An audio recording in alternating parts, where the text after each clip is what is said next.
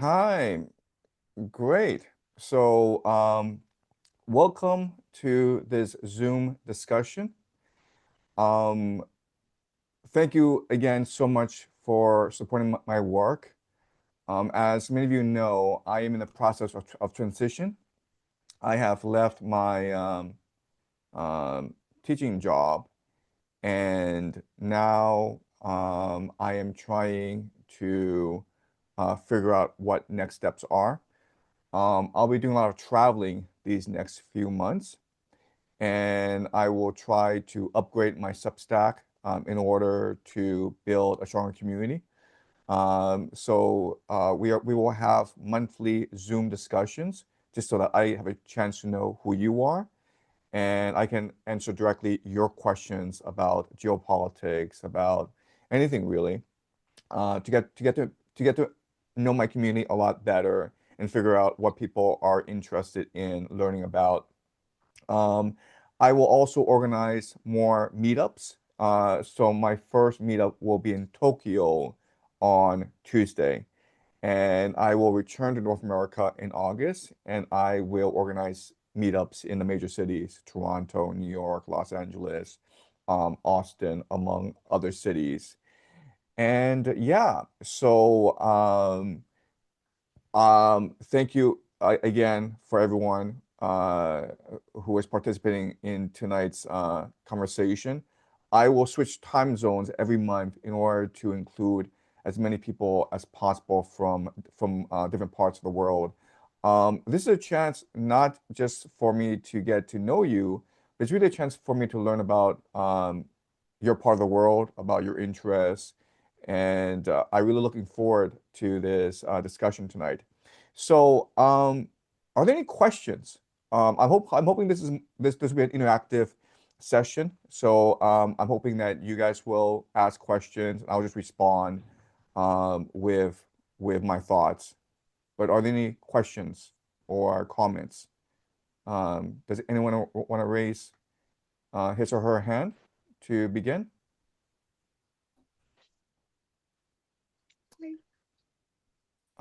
Hello, anyone? I would like to. Okay, yeah. Thank you, Sarah. Thank you. So good evening, everyone. Hi, Professor John. Thank you for the Zoom meeting. So I'm just, my question is a little bit general because with the very recent developments with Trump, his we go back to war situation. Obviously, apparently, he mentioned he still wants to talk to Iran, but the ceasefire is over, so the whole story continues there. But what are your thoughts now? Do you think they might then now start to get the ground troops going, or at least get the soldiers ready, so to say? Yeah, my English, I'm from Belgium, so I try to um, make it clear. So it's a bit general, I know, but it's just to start up, and it's with the recent information I got yesterday when I was checking the news. Yeah, so I think for the next 2 to 3 months, you will have a lot of back and forth. There's gonna be some moments of intense warfare, like what's been happening these 2 days, and suddenly it will stop for a few more days. They will say the MOU is still in force, and then for whatever reason, we're back at war again. Okay, so I want to go over why this is happening. Okay. Um, First of all, what's really important to appreciate is that the military leadership is now divided from the political leadership in Iran. So the political leadership are the ones who are negotiating the MOU. They're the ones who are trying to have a permanent ceasefire in order to maintain economic stability in their country. The military leadership, which is basically the IRGC, they have actual control of the Strait of Hormuz, and from their perspective, um, there's no point in an MOU. There's no point in a ceasefire because the Israelis and Americans won't respect it anyway. So there's this dynamic going on where, on the surface, politically, Iran is still adhering to the MOU, but militarily, Iran is has decided to that America and Israel will eventually invade, and so they need to prepare for this eventuality. Okay, that's point one. Point two is that Iran, the United States, and the Israelis are committed to war, but the world is going to suffer a great deal from this conflict. And so you have countries like China, especially China, but also India, Pakistan, the GCC, who are trying to apply as much diplomatic pressure as possible on the Iranians to agree to a ceasefire. It's impossible for the world to apply any pressures to the Israelis and the Americans. They don't care. So what they're doing is they're applying a lot of pressure on the Iranians to stop the war and open up the Strait of Hormuz. It's completely unfair to the Iranians because it's really the Americans and Israelis who are the aggressors.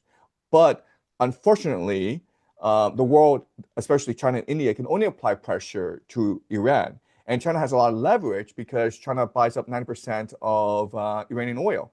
So the Iranians have absolutely no choice but to respect the Chinese desire to seek a political settlement as soon as possible.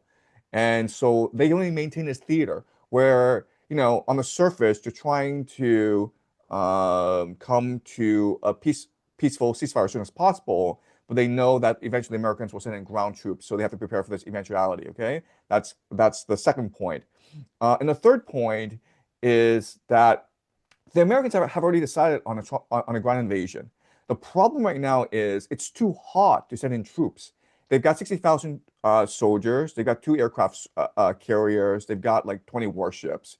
So the ground invasion is being staged right now. But again, it's just too hot.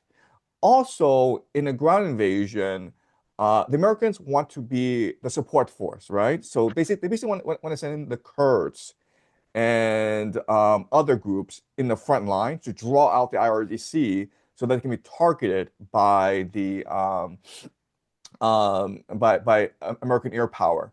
So the Americans need time to convince the Kurds to go in first, and they need time to stage the entire ground operation, which just means bringing logistics, preparing the soldiers, preparing the battlefield plan.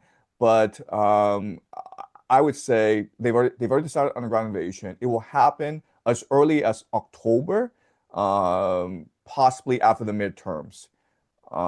So a lot of what we're seeing right now is just theater. They're just trying to delay the inevitable. Okay, so I'm not sure if you have a follow-up question, Sarah. What was this clear? Um, I have just a follow-up question, Sure. Professor. So, because you mentioned China buys up a lot of oil, so they have that leverage. But we're seeing now, after the first situation where they were like, "Oh, it's going to cost so much for the people because of the Strait of Hormuz," and in your last post in that article, you mentioned it. Like now, no one is talking about it. Everything stays the same price because there China went like probably did some bargaining Yep. to lift the pressure actually for the public of the world. What do you think is the development? Is that the same path they're going to keep going until the ground invasion in the second part of the year goes, and then we're going to feel it more? Or yeah, that's my follow-up question. Yeah, so I think one really important thing we need to keep in mind is the people in charge right now do not do long-term thinking. They don't do long-term Yeah. strategy. For them, it's all about short-term benefit, right? So Trump does not want the price of oil to skyrocket because then the American public will freak out.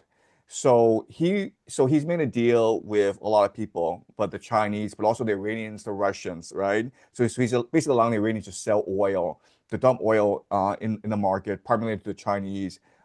He's got the Chinese to promise him to lower demand and control their own supply. That's what he's doing. He thinks he's a deal maker.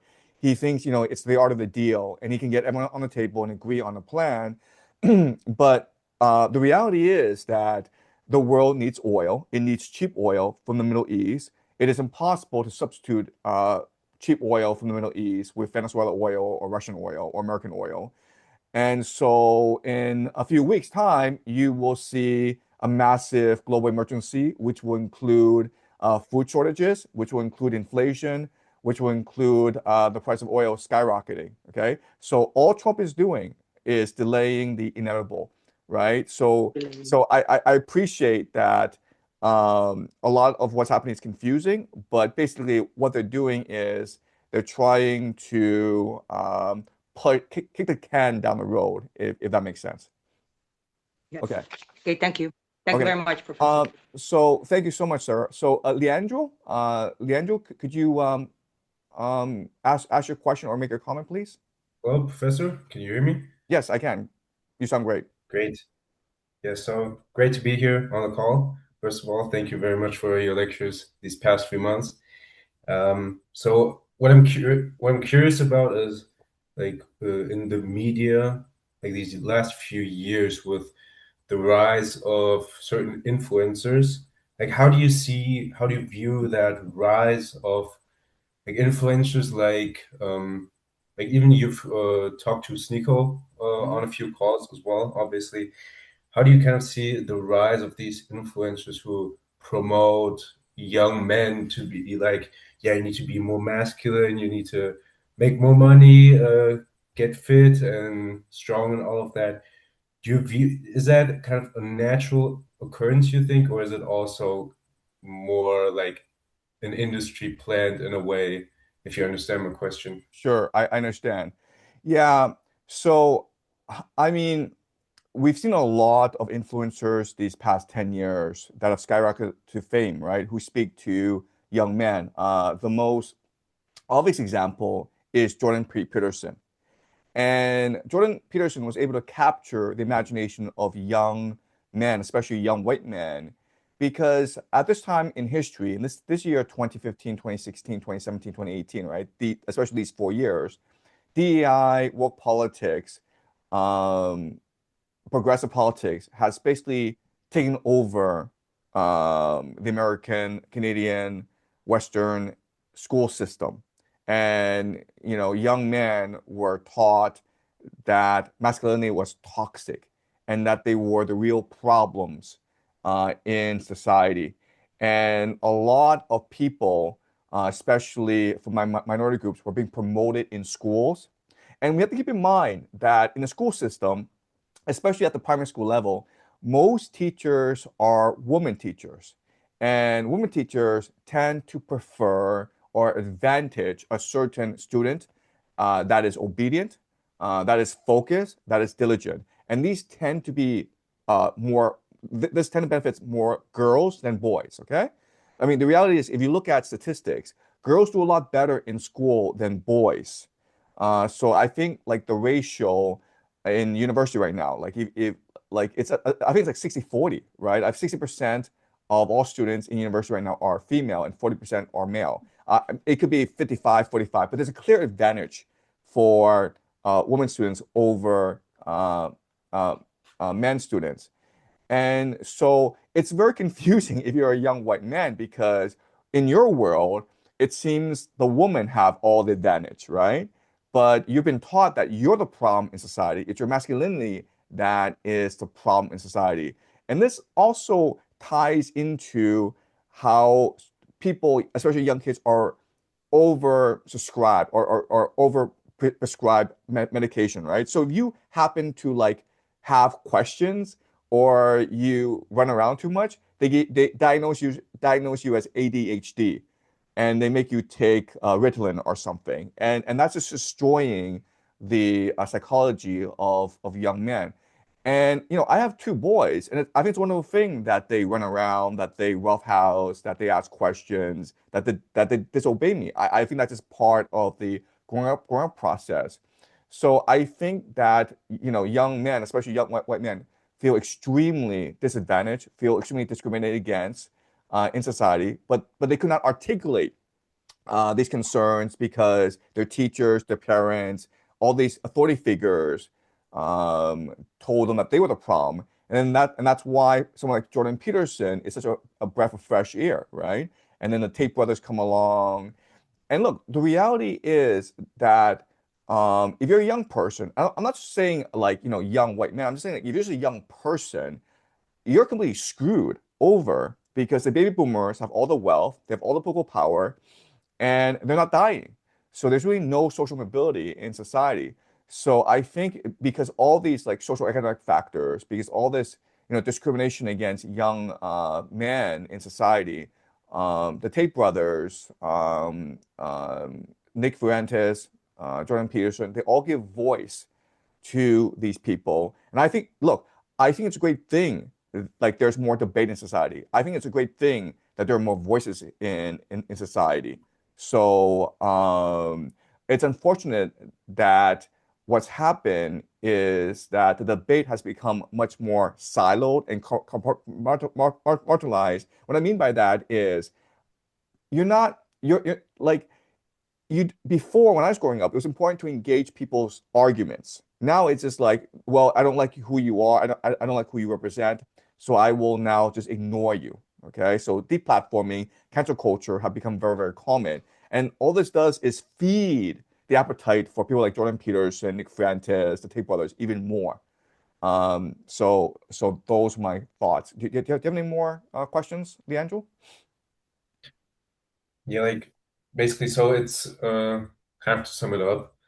Um, it's kind of like because of the like these last few decades that people have that young men have become kind of Thank you so much.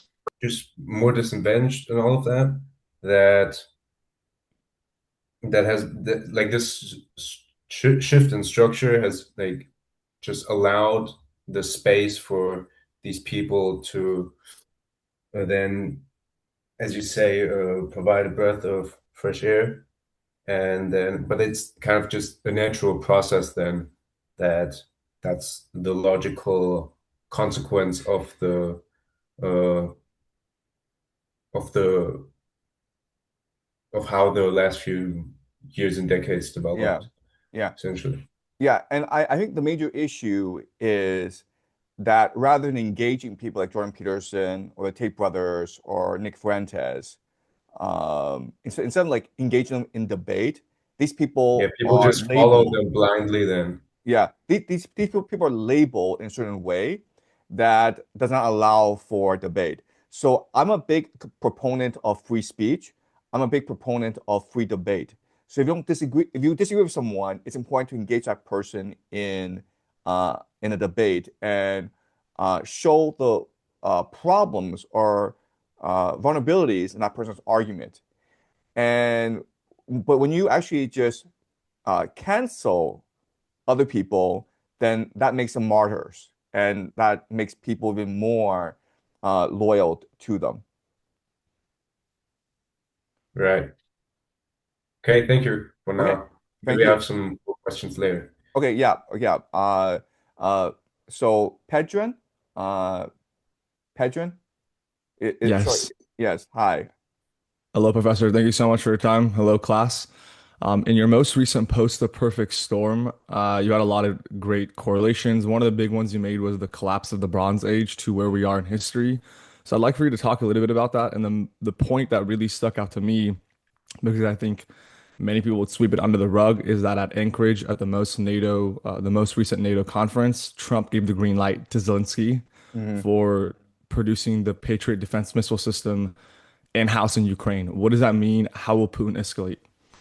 Right, okay. So I draw a correlation between our time and the Bronze Age collapse because both times are represent a time of maximum globalization, meaning that Pax Americana, the American Empire, is able to cover every aspect of the globe. And so if there's a collapse, it has to be a complete systems collapse, right? So in World War II, Europe did collapse, Asia did collapse, but North America really wasn't that affected. And so North America, primarily the United States, would come over and rebuild the rest of the world. And this is what's led to Pax Americana, okay? Unfortunately, today, Pax America covers every part of the world. So if Pax Americana falls, the American Empire declines, the rest, every part of the world is affected. And this is most noticeable with the closing of the Strait of Hormuz, whereas if this Strait of Hormuz stays closed for the next few weeks, then you'll have famine in Africa, you'll have lockdowns in East Asia, you'll have inflation in America, the global south won't be able to feed the population in about a year's time. So we can see how one part of the world can cascade and affect every other part of the world. Okay, so that's a correlation between the Bronze Age and our world today.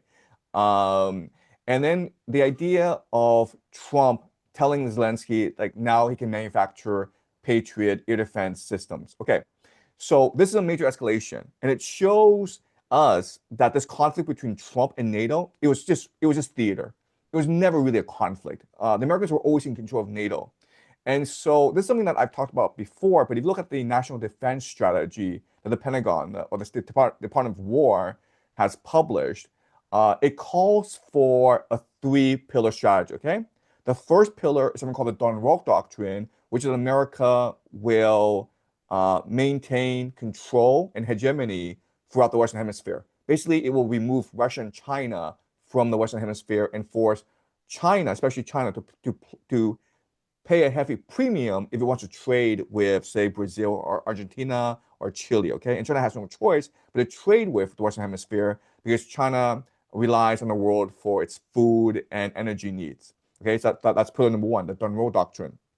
Pillar number two is for America to use its naval supremacy and air supremacy to control the world's major maritime choke points, which includes the Strait of Malacca, the Strait of Gibraltar, the Panama Canal, the Arctic Circle, the Cape of Good Hope, and also the Strait of Hormuz. So even though it seems as though the Iranians have controlled the Strait of Hormuz, ultimately it's Americans who can control who leaves and enters Strait of Hormuz. Okay, so the second pillar is for the Americans to control all the world's major maritime choke points in order to control trade. The third pillar of the strategy is to create conflicts in the three major spheres of influence in the world. Okay, so basically, what America wants is a conflict between NATO and Ukraine. NATO and Russia in Ukraine.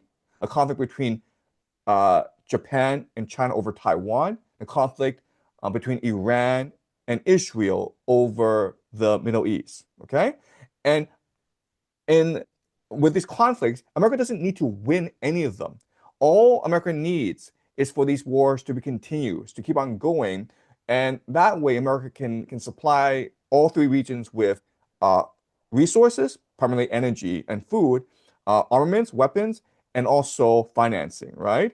And this will resolve the issue of the $40 trillion of US national debt because what America will do is offload its debt to the rest of the world. And so that's really the strategy of America moving forward. And we're seeing this play out now in Ukraine, where now America is going to subsidize Ukrainian manufacture of weapons. So when Trump says to Zelensky, you're now able to manufacture Patriot missiles, he's not saying that Ukraine will do so. What he's saying is that Europe will do so. That's a huge difference, right?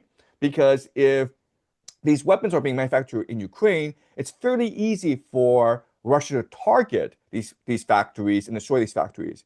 But if these factories are located inside Germany, Latvia, Romania, Poland, these places, if Russia were to attack these factories, that would invoke Article 5 of NATO, which would basically lead us to nuclear Armageddon. And I don't think Russia wants to cross that line. I don't think Russia wants to escalate to that point.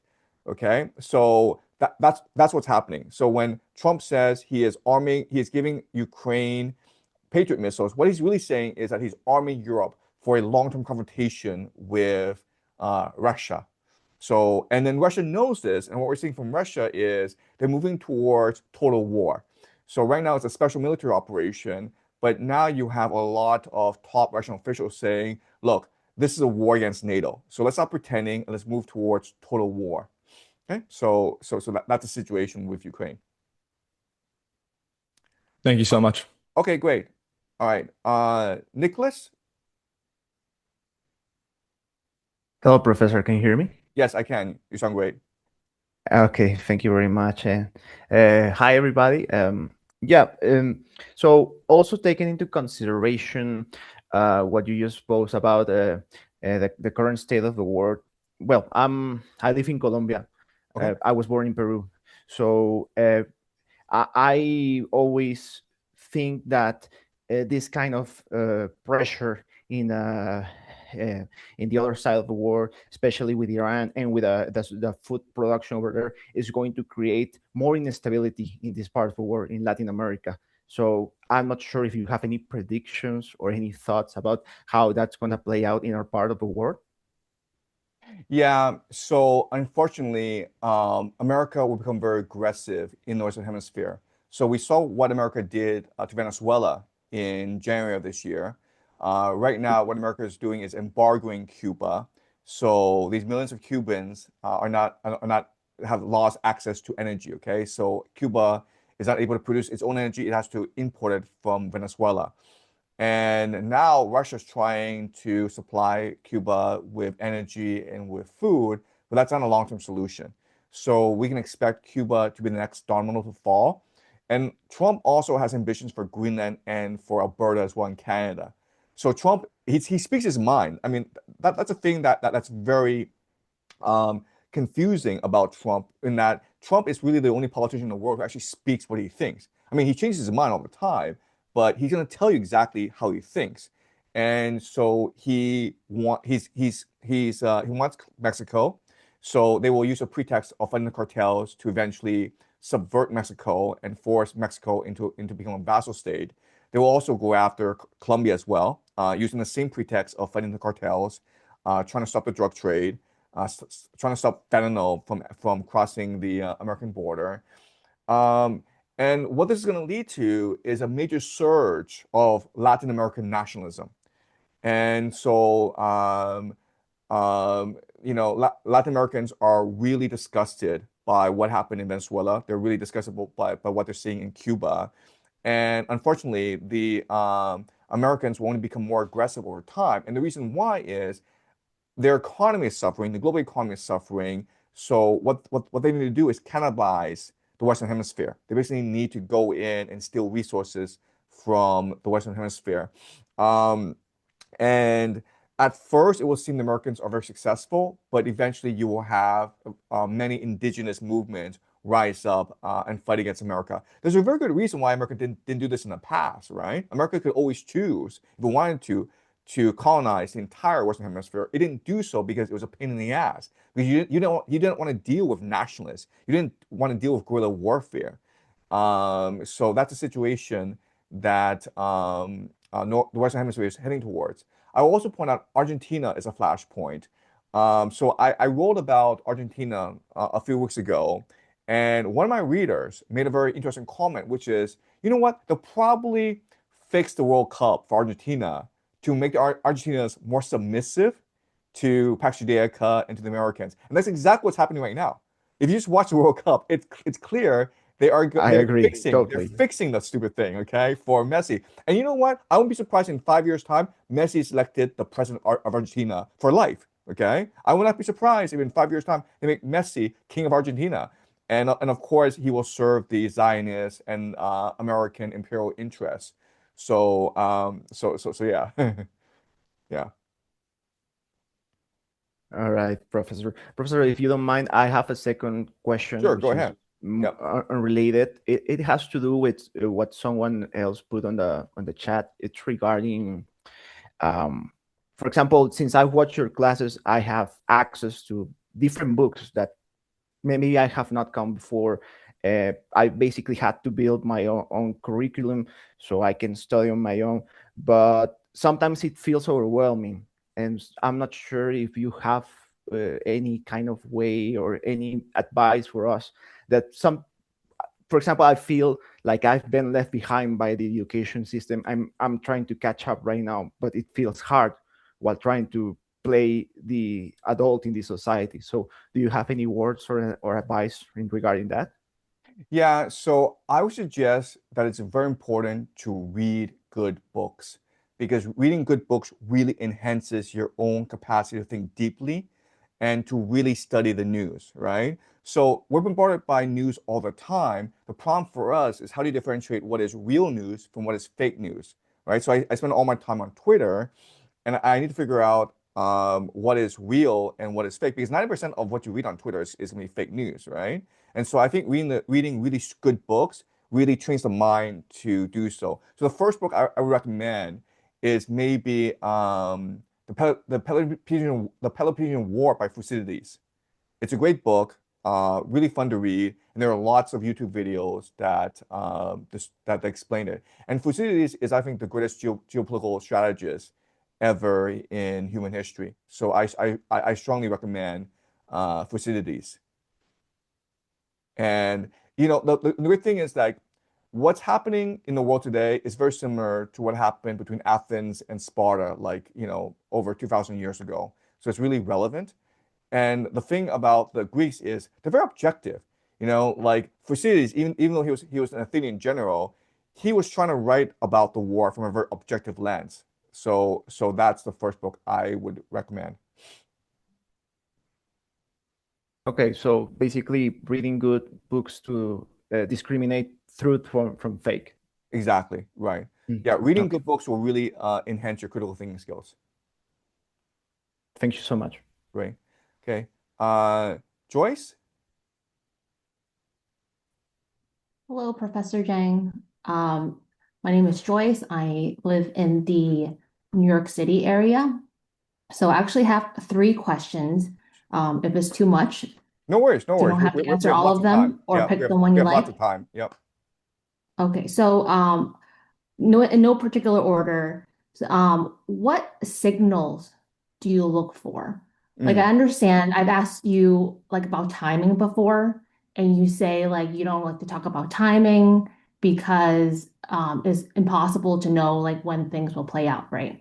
Okay, that's fine. So then I guess what are like signals that you will look for actively as kind of a um like a sign that things are going to change dramatically one way or another. Yeah, so when I follow the news, I'm always looking for anomalies, okay, or the idea of cognitive dissonance, which is given my understanding of something, this should not be happening.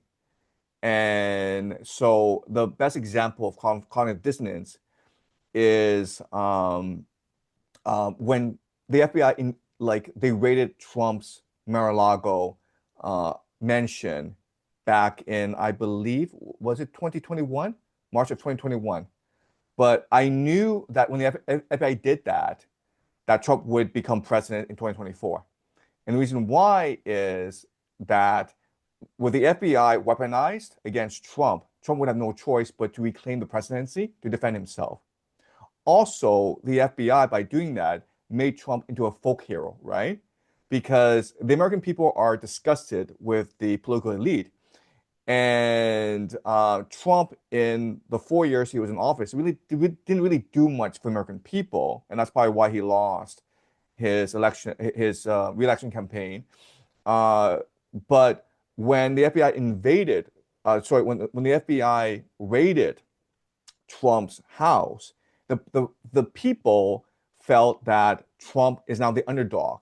And it's possible that Trump, if he goes back into office, he would basically make everyone piss their pants, really shake things up. So I was convinced after that event that Trump would win in 2024. And that's number one. Number two is when in January 2020, when the Americans killed General Qasem Soleimani. And the reason why is the General Soleimani was the Middle East envoy for the Iranians. And for the past 20 years, he was working with the Americans on the war on terror. So the Iranians were huge supporters of the Americans in their fight against ISIS in Iraq, because the Iranians did not want these Sunni extremists near the border. So for these past 20 years, the Americans and General Soleimani were getting along really well, and then they killed him. So that basically told me the Americans were intent on declaring war against Iran.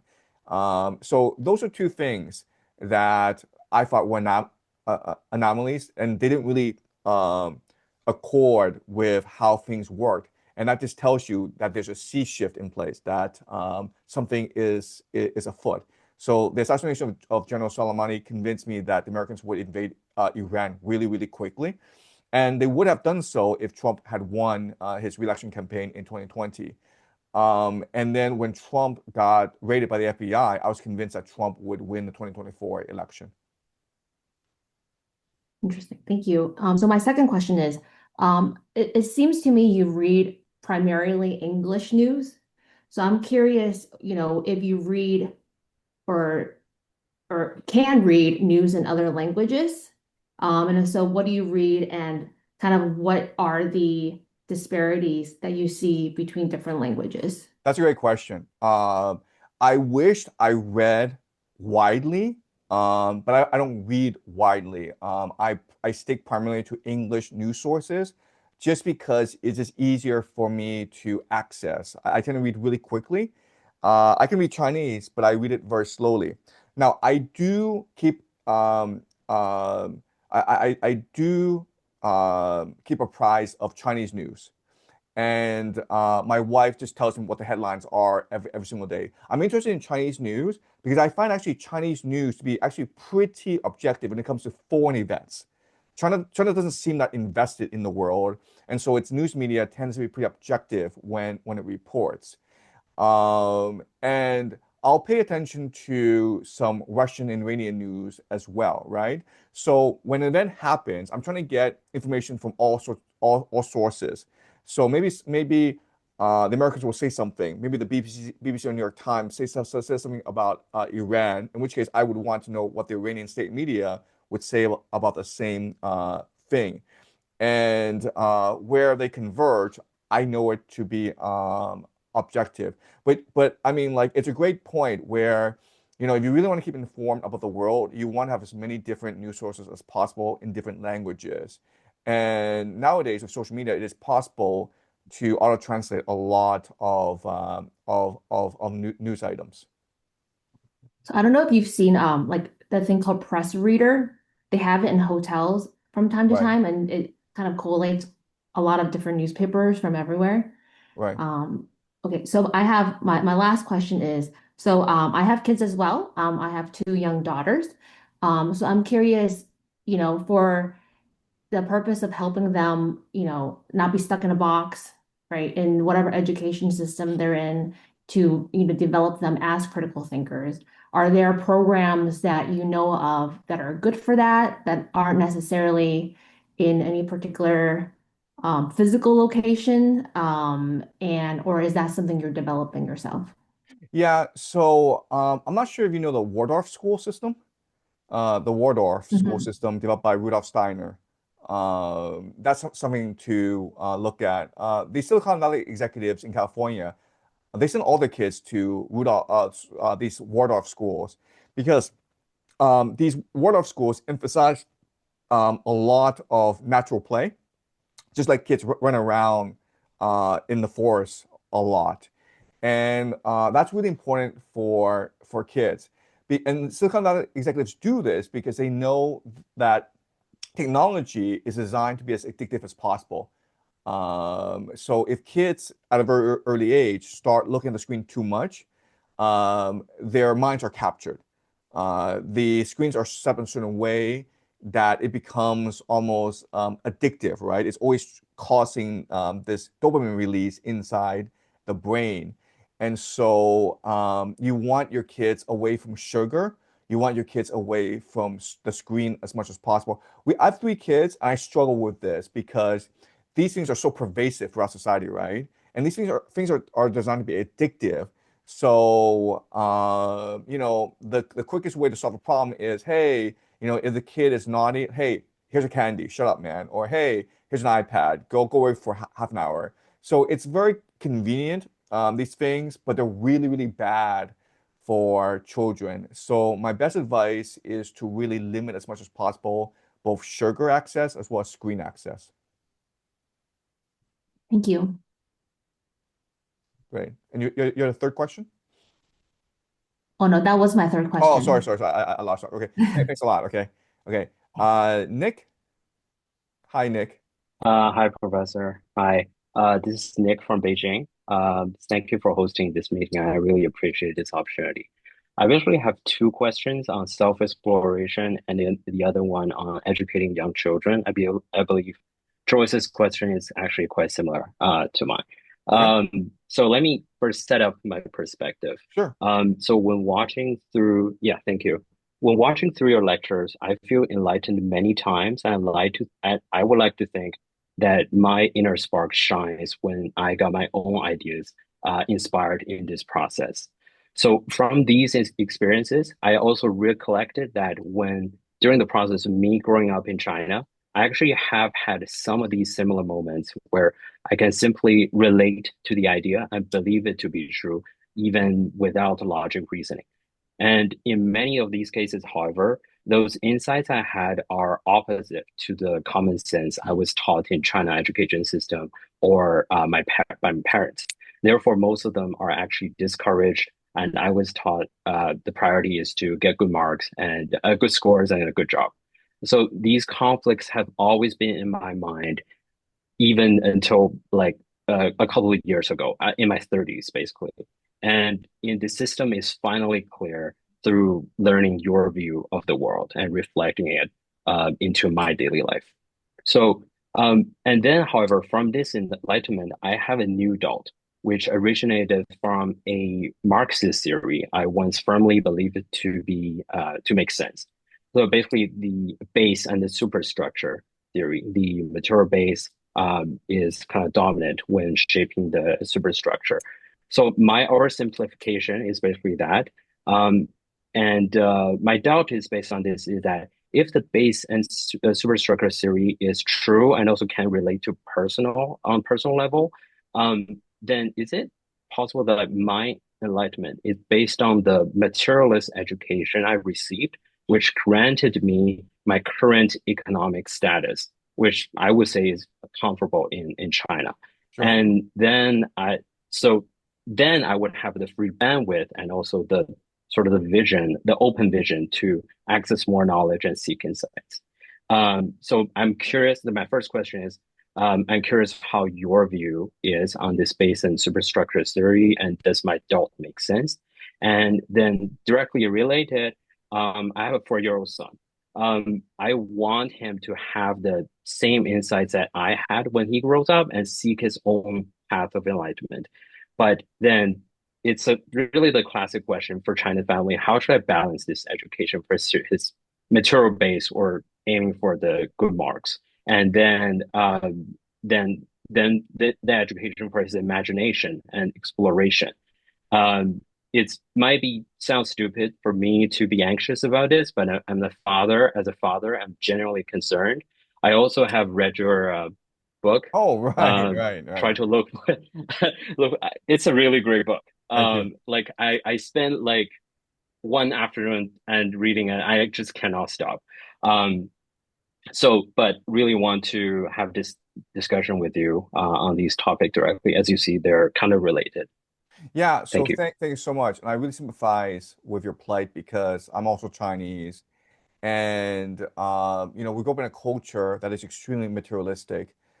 So I was Yeah. not schooled in China, but I was schooled in Toronto, and my parents were Chinese, and so I've always developed a very materialistic worldview, and we were not all religious. And for the longest time, I was a firm believer in Marxist theory, especially the idea of base and superstructure, and I really believe the world was materialistic. But as time progresses, I recognize that materialism is a dead end. If you really believe that the world is just materialistic and there's no spiritual aspect to the world, there's no God, I think that's a source of your fear and anxiety, right? Because if you just take that as a premise, then you're just stuck forcing your kid try to do as well in school as possible. You're stuck trying to get your kid into the best school, the best university, the best job, and it's a dead end. So I think that you have to really question this materialist perspective. And these past 4 years, from my intense study of Dante, the great books, Homer, Plato, from my own analysis and research in the occult, I'm convinced now that the materialist worldview is just wrong. It makes absolutely no sense, and it's a dead end. And so I've adopted a much more spiritual, religious worldview. And this it's very similar to, Hinduism, Buddhism, Hermeticism, Gnosticism. I think all the great religious traditions align in the belief that the universe is conscious and that our consciousness is what makes us human. And our consciousness is connected infinitely to the universe across infinite dimensions. And I plan to do a series on their cult very soon, hopefully as soon as September or October. But I really want to enlighten the world and teach the idea that the universe is conscious and that we are all spiritual beings at the end of the day. And once you recognize that, then the answers unfold before you. And once you're committed to living a spiritual life, then you'll figure out how to raise children to the best of your ability. So I have three young kids, and the eldest is 8, the middle is 4, the youngest is 3, and I struggle with the same issues that you struggle with, Nick. And Yeah. what I recognize is that as long as you make the commitment to love your child and respect your child's individuality, then the child will be fine. And your child doesn't really need to go to the best university. Your child doesn't need to be a millionaire. Your child will be a very, very happy person. So, love, it's really about trusting the other person, right? So I Yep. understand there's a lot of pressure to make sure your child does well. But if you find the strength to just trust your child and let your child and like communicate more with your child, then your child is going to do really well. I mean, I work in education. I for the past 20, 30 years in China, I've written 2 books about Hmm. Chinese education. And in my experience, Yeah. the kids who do the best are those with parents who are loving, who give them a lot of space, who respect their choices, who are like friends to them.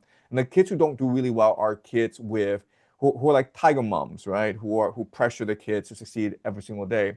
So I think if you love your child, you would Hmm. trust your child and respect his or her opinions. But if you want your child to do really well in life, you would also just trust your child and respect his or her opinions. Okay. Gotcha. That makes sense. All right. Maybe a very quick follow-up. Sure. You talk about religious and spiritual learning, and what is the right time or right uh, avenue for introducing those ideas to children? Especially, I grew up, I grew up in China, so I don't have those experience. So I just, yeah, I'm kind of lost on this. I think children are intuitively religious people. So there's really Okay. yeah, you should start right away. We have great conversations at home about religion. My eldest son, who's 8 years old, he's convinced that he's from another planet. Okay, his soul transmigrated to our world. So they have an intuitive understanding of these things. So, I mean, introduce your child to Buddhism, to Taoism, to different aspects of religion. And that I think is really going to motivate your child to do better in school. I have a good friend in Beijing, and she has 3 kids, and they're a Catholic family, and her kids are Hmm. wonderful. So I think having that sort of like religious community is really, really helpful in raising a child. Gotcha. Really appreciate the Yeah, no, discussion. no. Thank you. Thanks so much, Nick. Okay. Fred? Hey Zhang, hello founding members. I'm Fred coming here from Kentucky, and the question I kind of have for you has to go back kind of with the war situation currently. Um, I'm interested, and I guess Joyce started to point it out with some of the viable signals that you use and see in order to help make some predictions or assumptions on what's happening next. And I was wondering if you could go over some of the possible attack and movement vectors of some of the proxy groups for the IRGC. I know you briefly touched upon a potential strategic um, attack on like maybe the 3 ports or the Port of Haifa in particular for Israel. and that kind of piqued my interest as something I hadn't thought about, and I wanted to see if there's any other strategic movements there that you could go over as far as the proxy groups. I don't Sure. think it's covered too much in the news. Yeah, so if I'm Israel, okay, if I'm the United States, the proxies are a huge problem because if I launch my ground invasion, my flank is still vulnerable because of these proxies, right? The Houthis, the Shia militias in Iraq, and Hezbollah in Lebanon. Okay, so I need to neutralize all three before I can launch my True. ground invasion. Okay, so the signals are this. Okay, Lebanon is the major point of contention, right? So if you look at the MOU, it's extremely generous to the Iranians, right? It's like it promises $300 billion in investment after the war ends. It promises to lift sanctions. It promises to unfreeze assets. And I think the assets total about $1 trillion, okay? There are a lot of Iranian assets that have been frozen by the Americans and their allies, okay? So it's very favorable to the Iranians. The point of contention is Hezbollah, right? So the Iranians demand that whatever peace conditions that the Iranians and the Americans agreed to will apply immediately to Hezbollah. And the Americans said yes, but Israel is not respecting this clause, right? So I think that the MOU is structured in a way to create a wedge issue between Iran and Hezbollah, right? The Iranian people are like, why do we care about Hezbollah?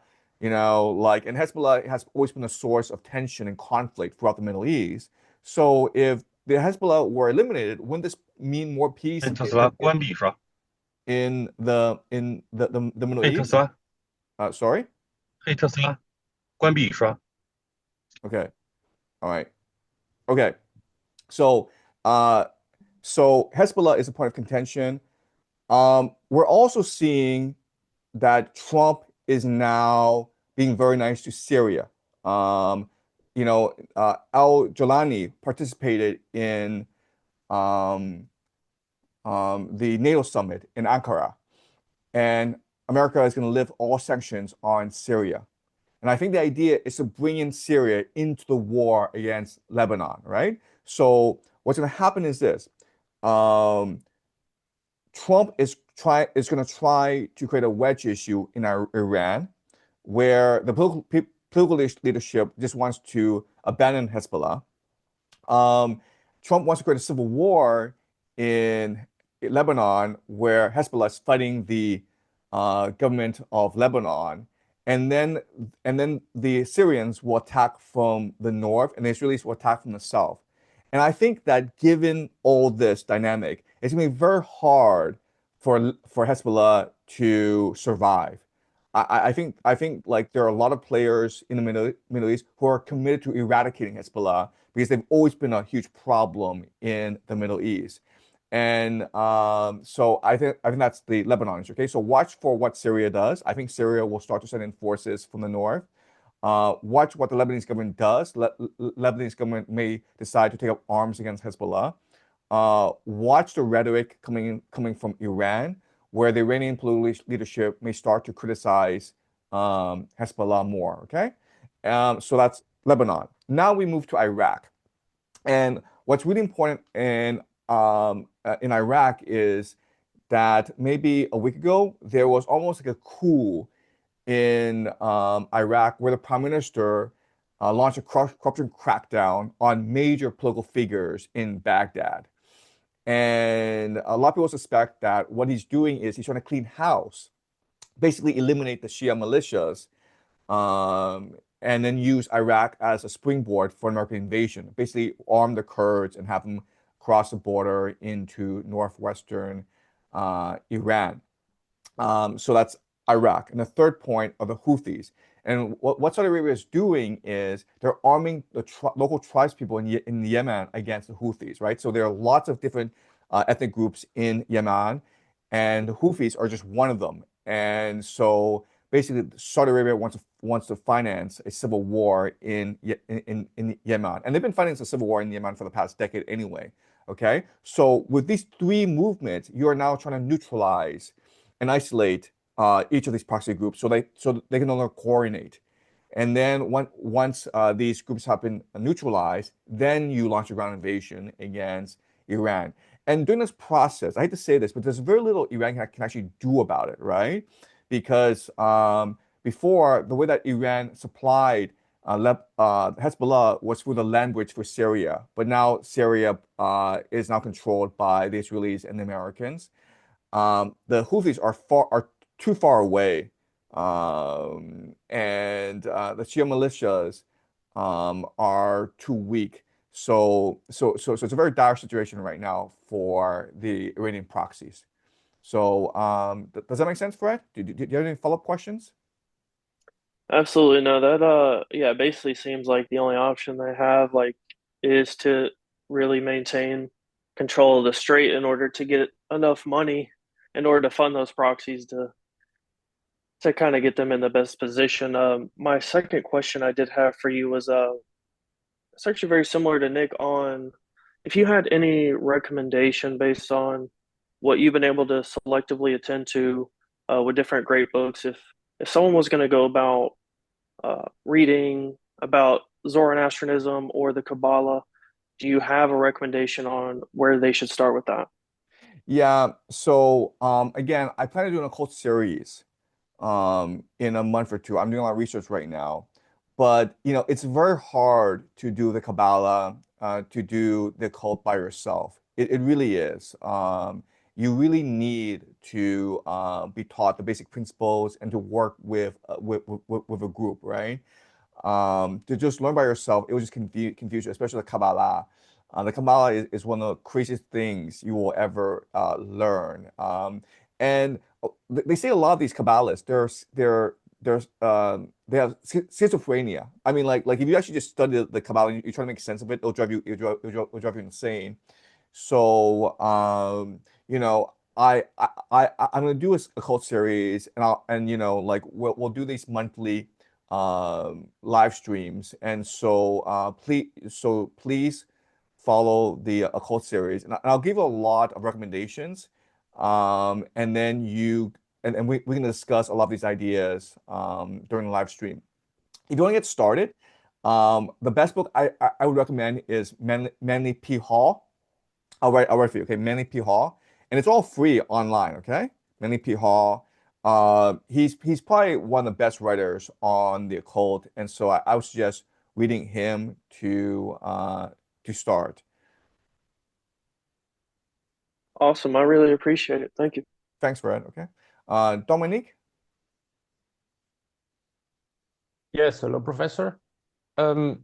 Before I start, could you write down for us also a reference to the other book that you recommended? Yeah, sure. It's called The Peloponnesian War by Thucydides. Yeah, and again, all these books are free online or at the library. Thank you.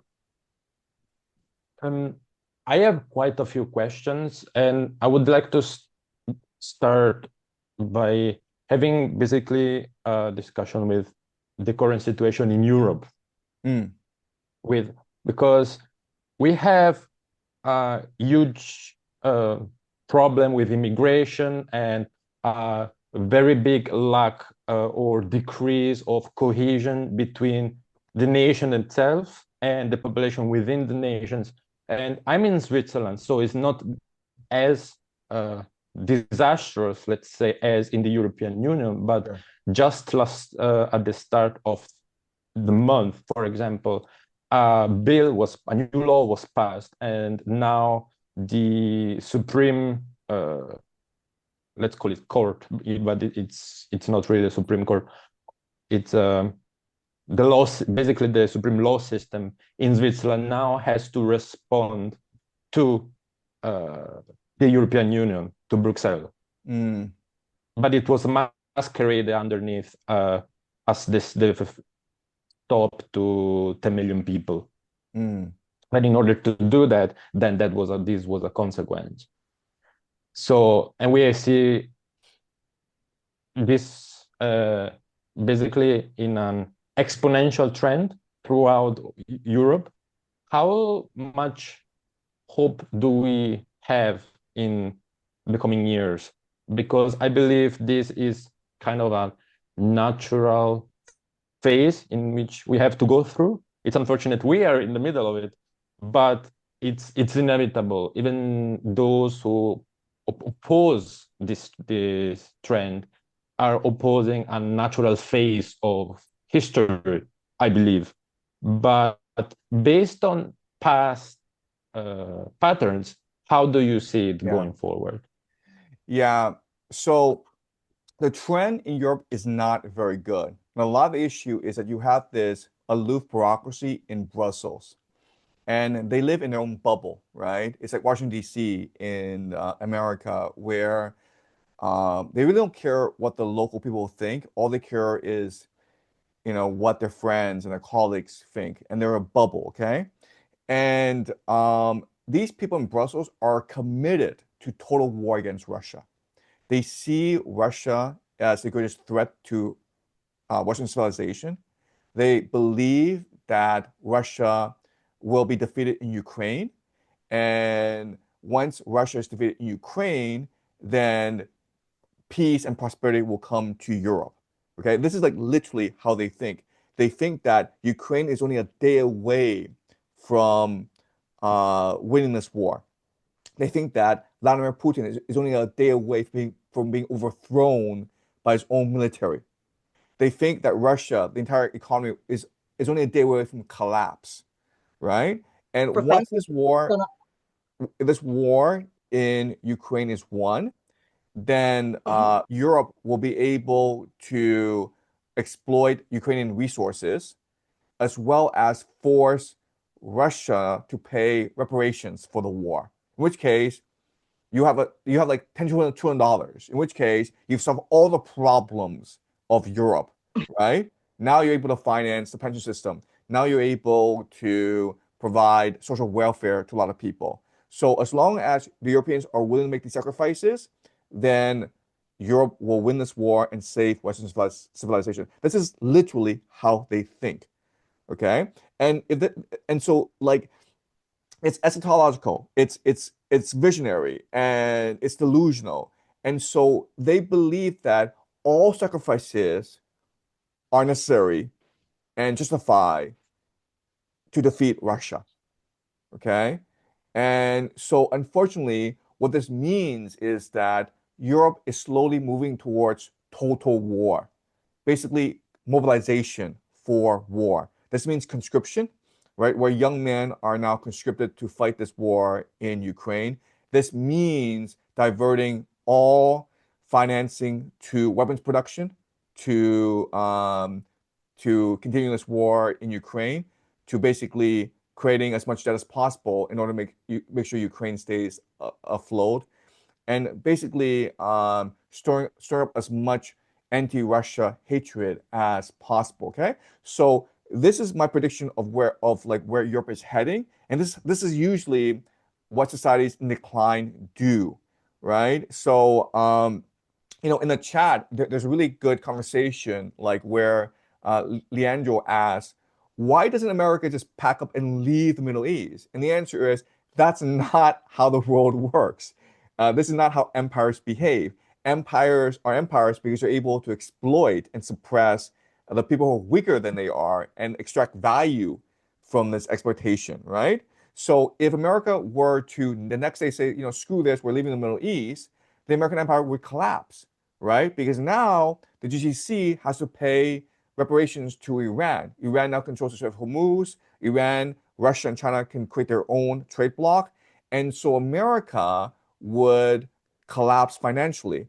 And America would declare insolvency because it has $40 trillion in debt. The American people will rise up and it'll be a revolution in America. So the imperial elite in America has absolutely no choice but to continue to fight this war. Same thing in Europe, where the bureaucratic elite in Brussels has absolutely no choice but to continue to fight this war in Ukraine.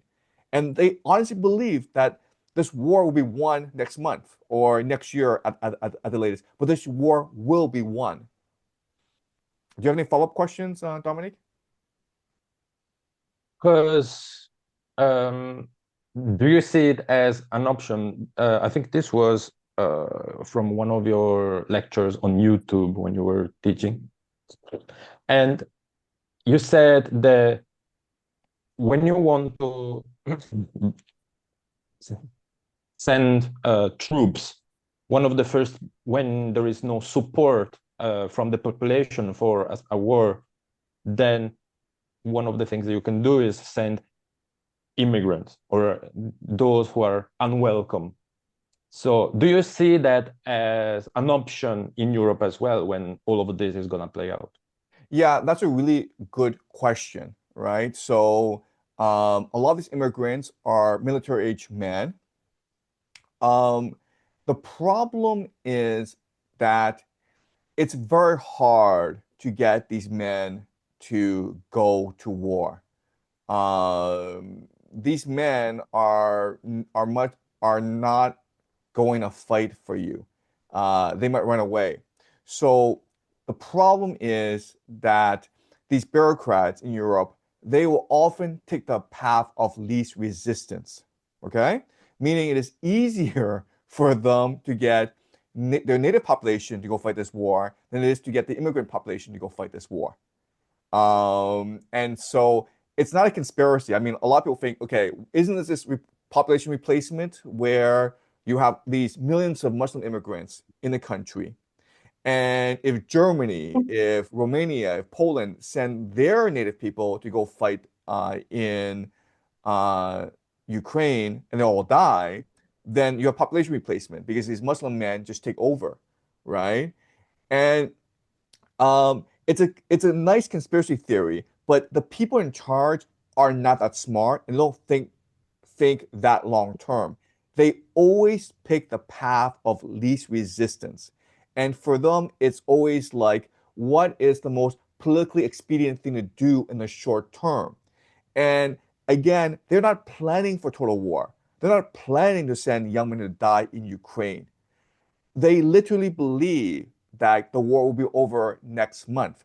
And as long as Europe stays united, as long as Europe stays committed to the fight, this war will be over next month. Okay. So what's going to happen is a sunk cost fallacy where right now they're sending in weaponry, financing to Ukraine.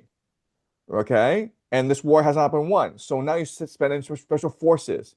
Then you send in mercenaries. Then you start sending in volunteer forces. Then you start to conscript young men. Okay, this is World War I all over again.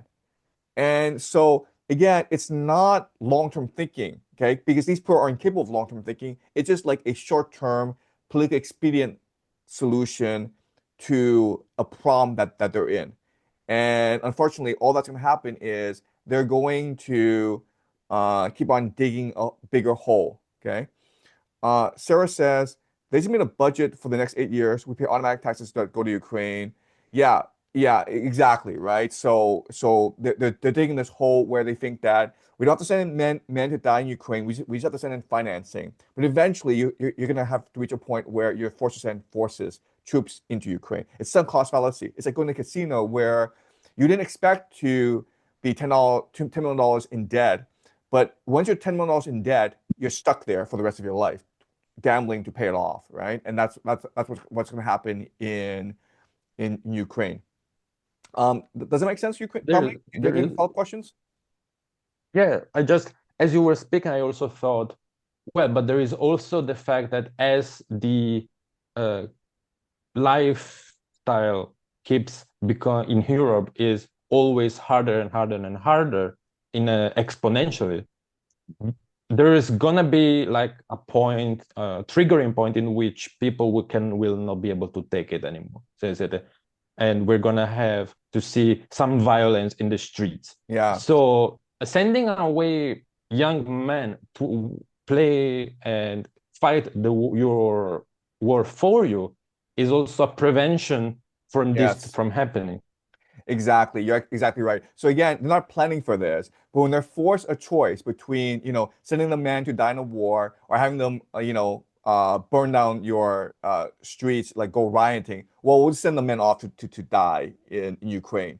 And unfortunately, okay, the native population is going to be a lot less obedient than the immigrant population.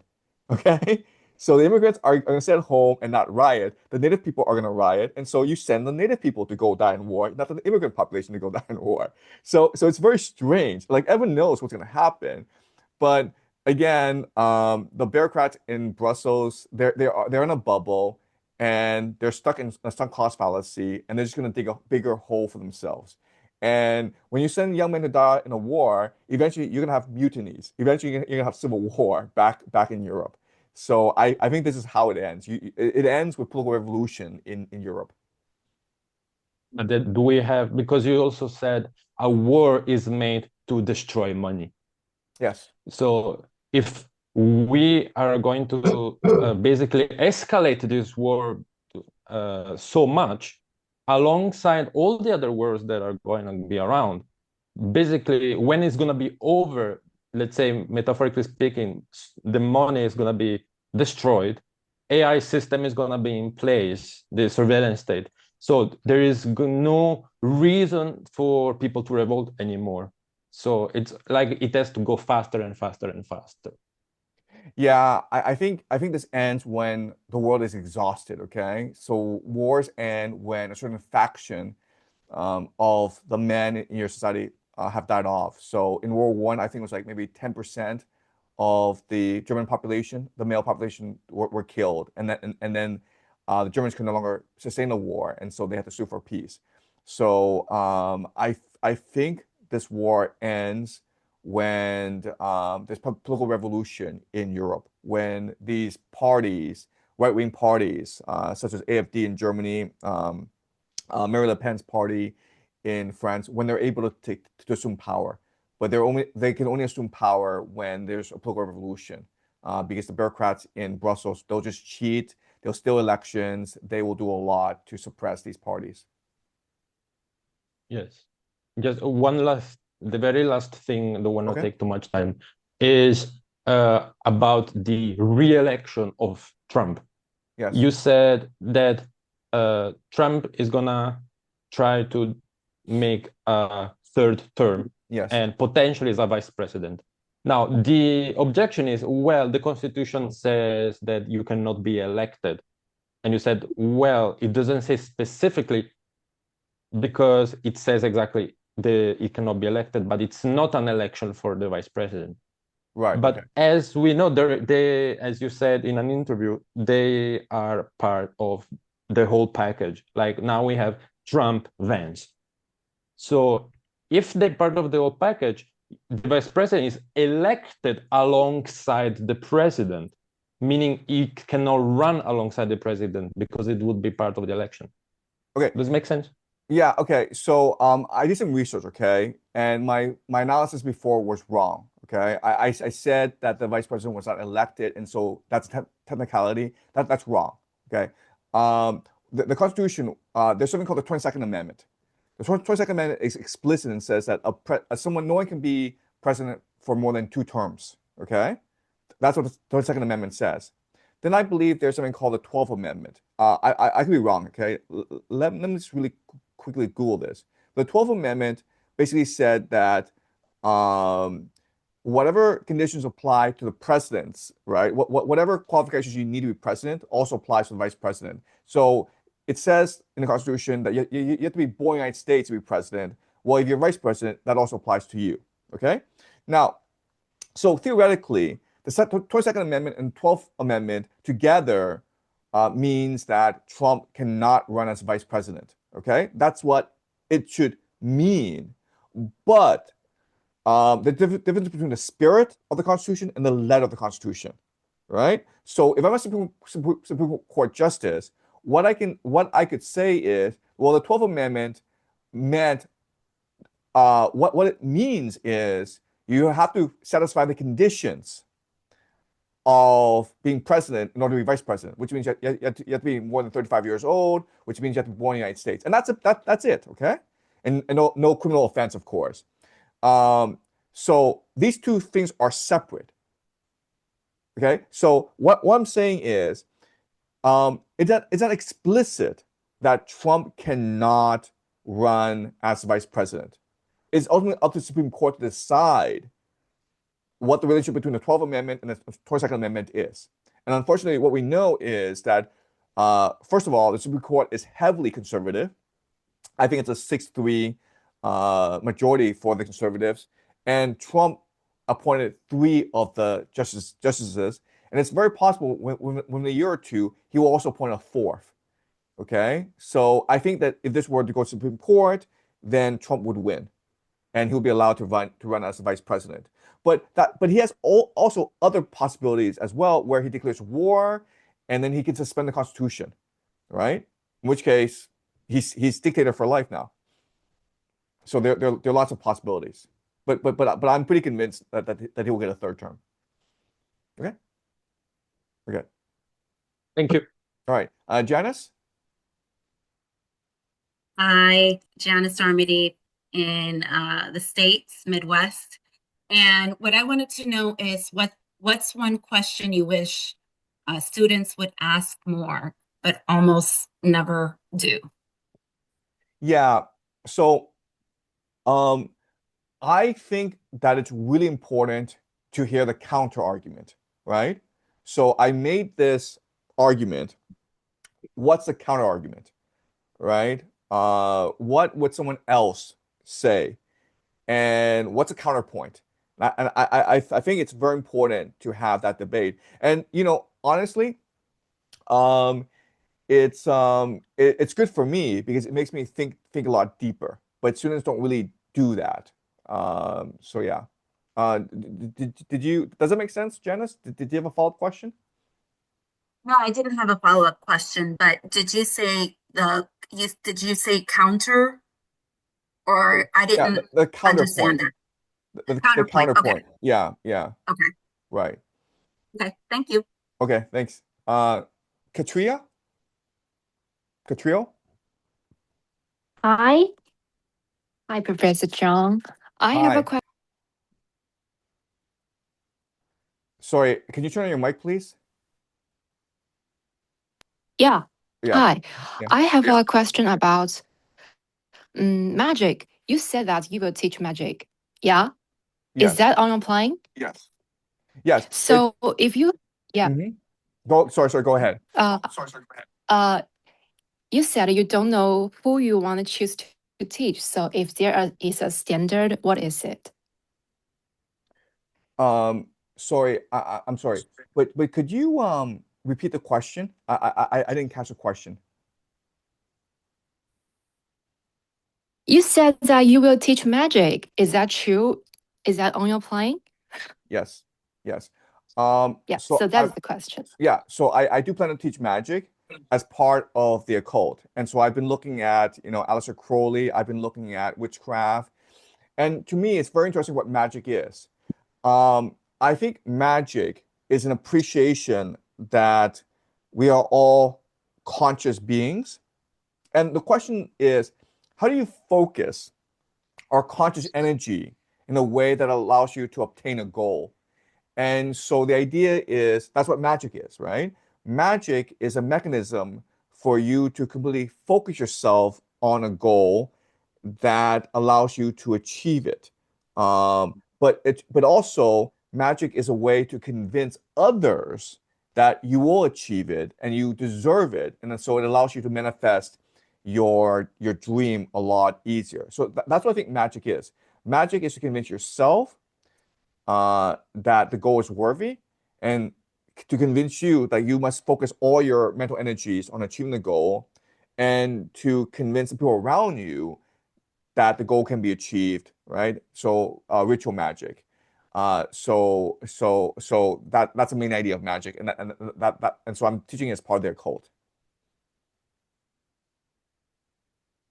Okay, so does that make sense?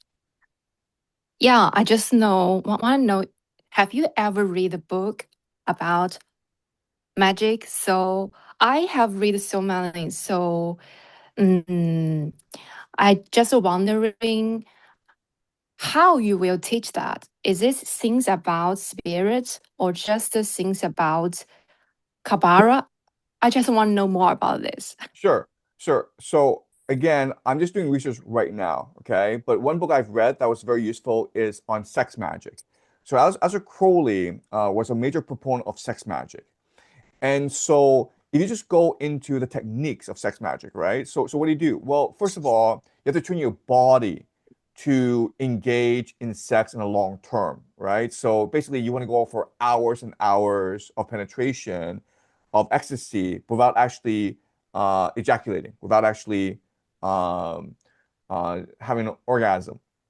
And so you have to actually like train yourself for years to do that. It's not that easy to do, right? Where you just go for like 6 hours straight and have fantastic sex, but you don't ejaculate. You're able to control yourself in a certain way. And then what you do is you also have to find a partner that's able to work with you in this ritual. And then before the sex, there's this very elaborate ritual. And what you're trying to do is during the sex, both of you are trying to align your imagination, right? It's like you both have a wish.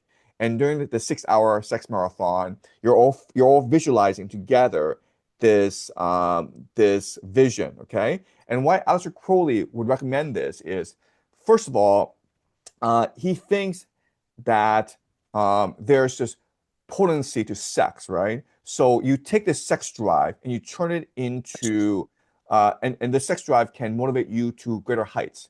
Okay, this like the sex can be channeled in a very positive way. That's point one. Point two is like the universe itself is sexual, right? So if you look at the Kabbalah, it's about sexual reunion, right? So when you are engaging in sex, you are actually tapping into the fundamental structure of the universe, and it's as though you're with God. And so through sex, with enough concentration, so think of it as meditation. With enough concentration, you're able to implant your idea into the very fabric of the universe, and then it's spread, right? It's like planting seeds. Okay. And then third of all, um, through sex, it's also an act of interdimensional communication, right? So sex, you're opening a portal into other dimensions, which allows ideas to come into you. Okay, and that's a very idea of sex magic. And so the way I'll teach this is to examine the different theories, and then explain the mechanisms and explain how different writers describe what's happening. Yeah. It's more like sex magic. It's more like the Mysteries of Aces. Yes. You Yes. what you said. Let me think the book. Yes. I will recommend that The Secret Sex Life of Angels. That book is the things about Yeah. sex magic you Yeah. have taught about. That's right. That's right. Okay, Exactly. okay. Thank you, thank you. That's Yeah. all I want to say. Yeah. Okay. Thank you so much. Okay. So Ben? Yes, hello, can you hear me? Yes. Go ahead. Yeah, first of all, thank you for taking the time. But yeah, maybe a bit of a broader political question. So, what, in your opinion, would be the background factors that people become divided into opposing political groups? So, I often notice and get the impression that people simply feel they have to be pro or anti something. So it just seems like the public narratives are framed so that there's only two possible sides. Especially, I don't know, if we focus on America, there's like two major parties. So why, in your opinion, does this happen? Right. Okay. So there's been a lot of social scientific research into political polarization. Okay. And so there are different factors. So people align with the political party because of their allegiance to the community, right? So if you're born in a certain neighborhood and that neighborhood is Republican or Democratic, you're much more likely to share their political beliefs. Okay, so community is one very important factor. Another important factor is the decline in institutions of authority, right? So if people no longer believe in the media, if people no longer believe in the government, if people no longer believe in science, uh, in schools, then they're forced to rely on their tribalism, right? They're forced to rely on the people around them.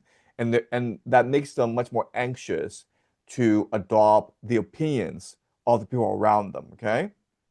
So the breakdown of institutions of authority, right? Because remember, like only 30 years ago, people would watch the news, NBC News, ABC News, and just agree with everything.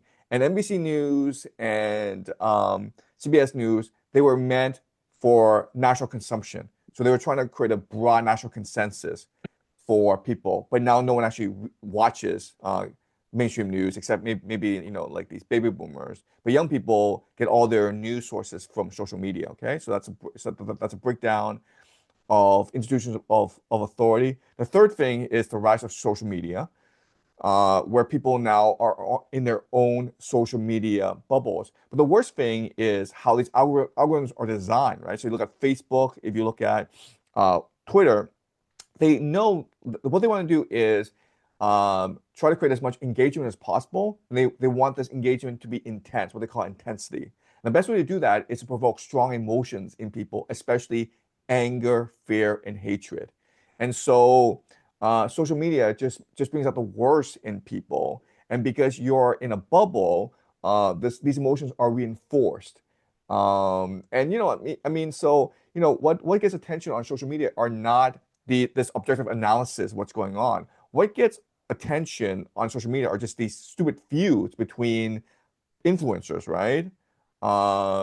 These stupid fights that break out between these different influencers, right? So that's a third factor. And the fourth factor is like we don't actually spend that much time with other people, okay? We live too much, we spend too much time online. We are too lonely. And so it's very easy to reinforce our own prejudices about the world. I mean, if we were part of civil society more, if we went bowling with people who are outside our political affiliation, then we've been much more open-minded. And then of course you have the growth of cancel culture on both the left and the right, where people are encouraged to just disparage people that you don't agree with, right? So I think there's this amazing statistic where 90% of women will not even date a man from a different political party, right? That's amazing to think about how just you could be the most attractive guy in the world, but if you are a Republican and I'm a Democrat, I'm not going to date you. All right. So there's a lot going on, but this political polarization, it's been going on for a long time. It's going to be very, very hard to fix. Okay. Did you have a follow-up question, Ben, or does that make sense? Yeah, it makes sense. I mean, thank you. I see there's still a lot of other questions, so that's all Okay. for now. Thank you. Thank you. John? Hello, very pleased to greet you all. My name is John Salazar. Thank you, Professor Yang, for sharing so openly your thoughts and your lectures. I'm now going through Dante's Divine Comedy, and Oh, I'm great. finding very, very refreshing, very useful all your lectures along Yale University in Beijing in order to understand further Dante's cosmology. I have a question regarding humanity's expansion into space. I watched several of your lectures where you've expressed skepticism. I understand part of that may be as a natural evolution of your own cosmology, as you were alluding to at the start of this call. And I wanted to ask you whether you see the oceans, as a more plausible frontier for human civilization, particularly as there is massive untapped energy resources. For example, over 80% of wind resource, technical wind resource, lies on deeper waters, and that's still to be untapped. We are commencing now to develop that in some countries such as China and some nations in Europe as well. Right. Thanks so much, John. The idea of green tech or clean tech, right? Green tech, clean tech. Actually, these things aren't that clean, right? So you look at electric vehicles, which China just dominates. these batteries that they use cause a lot of pollution. So I'm in Beijing, and there are several battery recycling facilities around Beijing, and they release so many chemicals into the air. And electricity, it's not, it comes from coal, right? So these EVs are very, very dirty for the environment. So, and it's same for these solar panels as well, because they rely a lot on rare earths. And we know it is very, very it causes a lot of pollution to mine rare earths. And that's why China dominates the rare earths market, because China is willing to bear the environmental costs of mining rare earths in a way that other nations are not, right? I mean, basically, because China is so aggressive in mining rare earths in order to feed its green tech or clean tech industry, China is dooming its many generations to basically pollution, right? So a lack of access to clean air, clean water, clean land. So I think green tech, clean tech, these are misnomers, and I think like they're not the solution. I think the solution is to create a much more sustainable way of life where people are less focused on consumerism and more focused on spirituality, on being kind to people around them. Right. So John, does that make sense, or did you have a follow-up question? Well, I would like to add, how about coming from the point of view of scarcity of resources? Even if we make society more sustainable, fossil fuels are still a limited resource, and at some point, that's coming to an end. So we can still have a more sustainable society that you're alluding to, but relying on, in this case, energy. The sun is over there. The wind is generated as a consequence of the sun, and it's plenty of available resource. So that's the counter argument, or the other angle I would put on the table for you to consider. Yeah. Yeah, I mean, hopefully this works. Hopefully renewable energy, clean tech, green tech provides a solution. But I'm not that optimistic. I think the world is too dependent on cheap energy. And right now, the best place to access cheap energy is the Middle East. So, I mean, like, again, I would love to be wrong, but I'm not that optimistic about green tech. Much appreciated for your thoughts. Thanks. Okay. Thanks. Sean the scribe. Sean the scribe.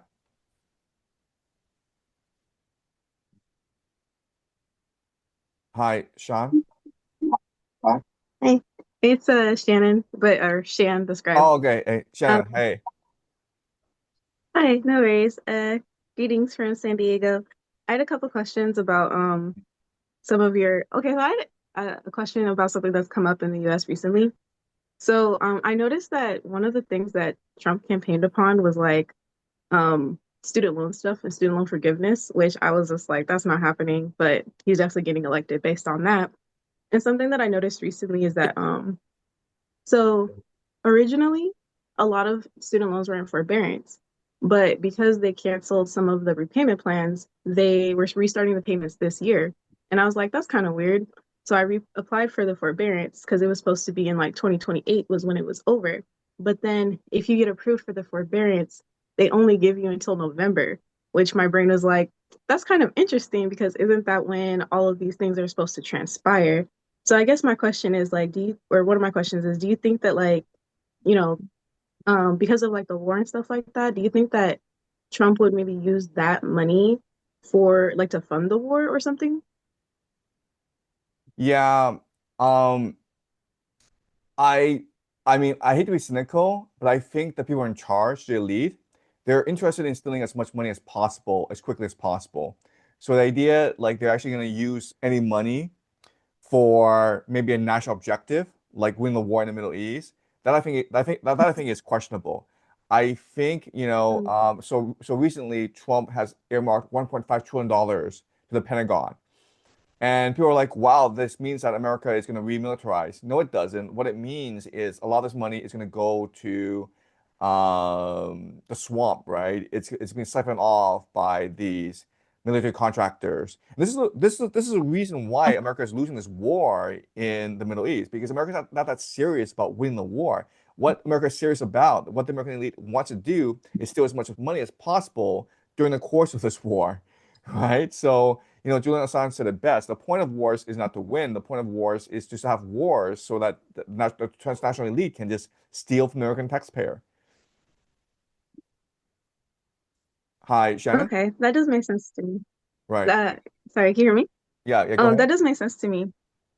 Something else that you talked about in terms of the Constitution, I had a question about that because the last time I went to the bookstore, they actually had like a little zine of the Constitution. It was like $2. And so I ended up buying it because of some of your lectures.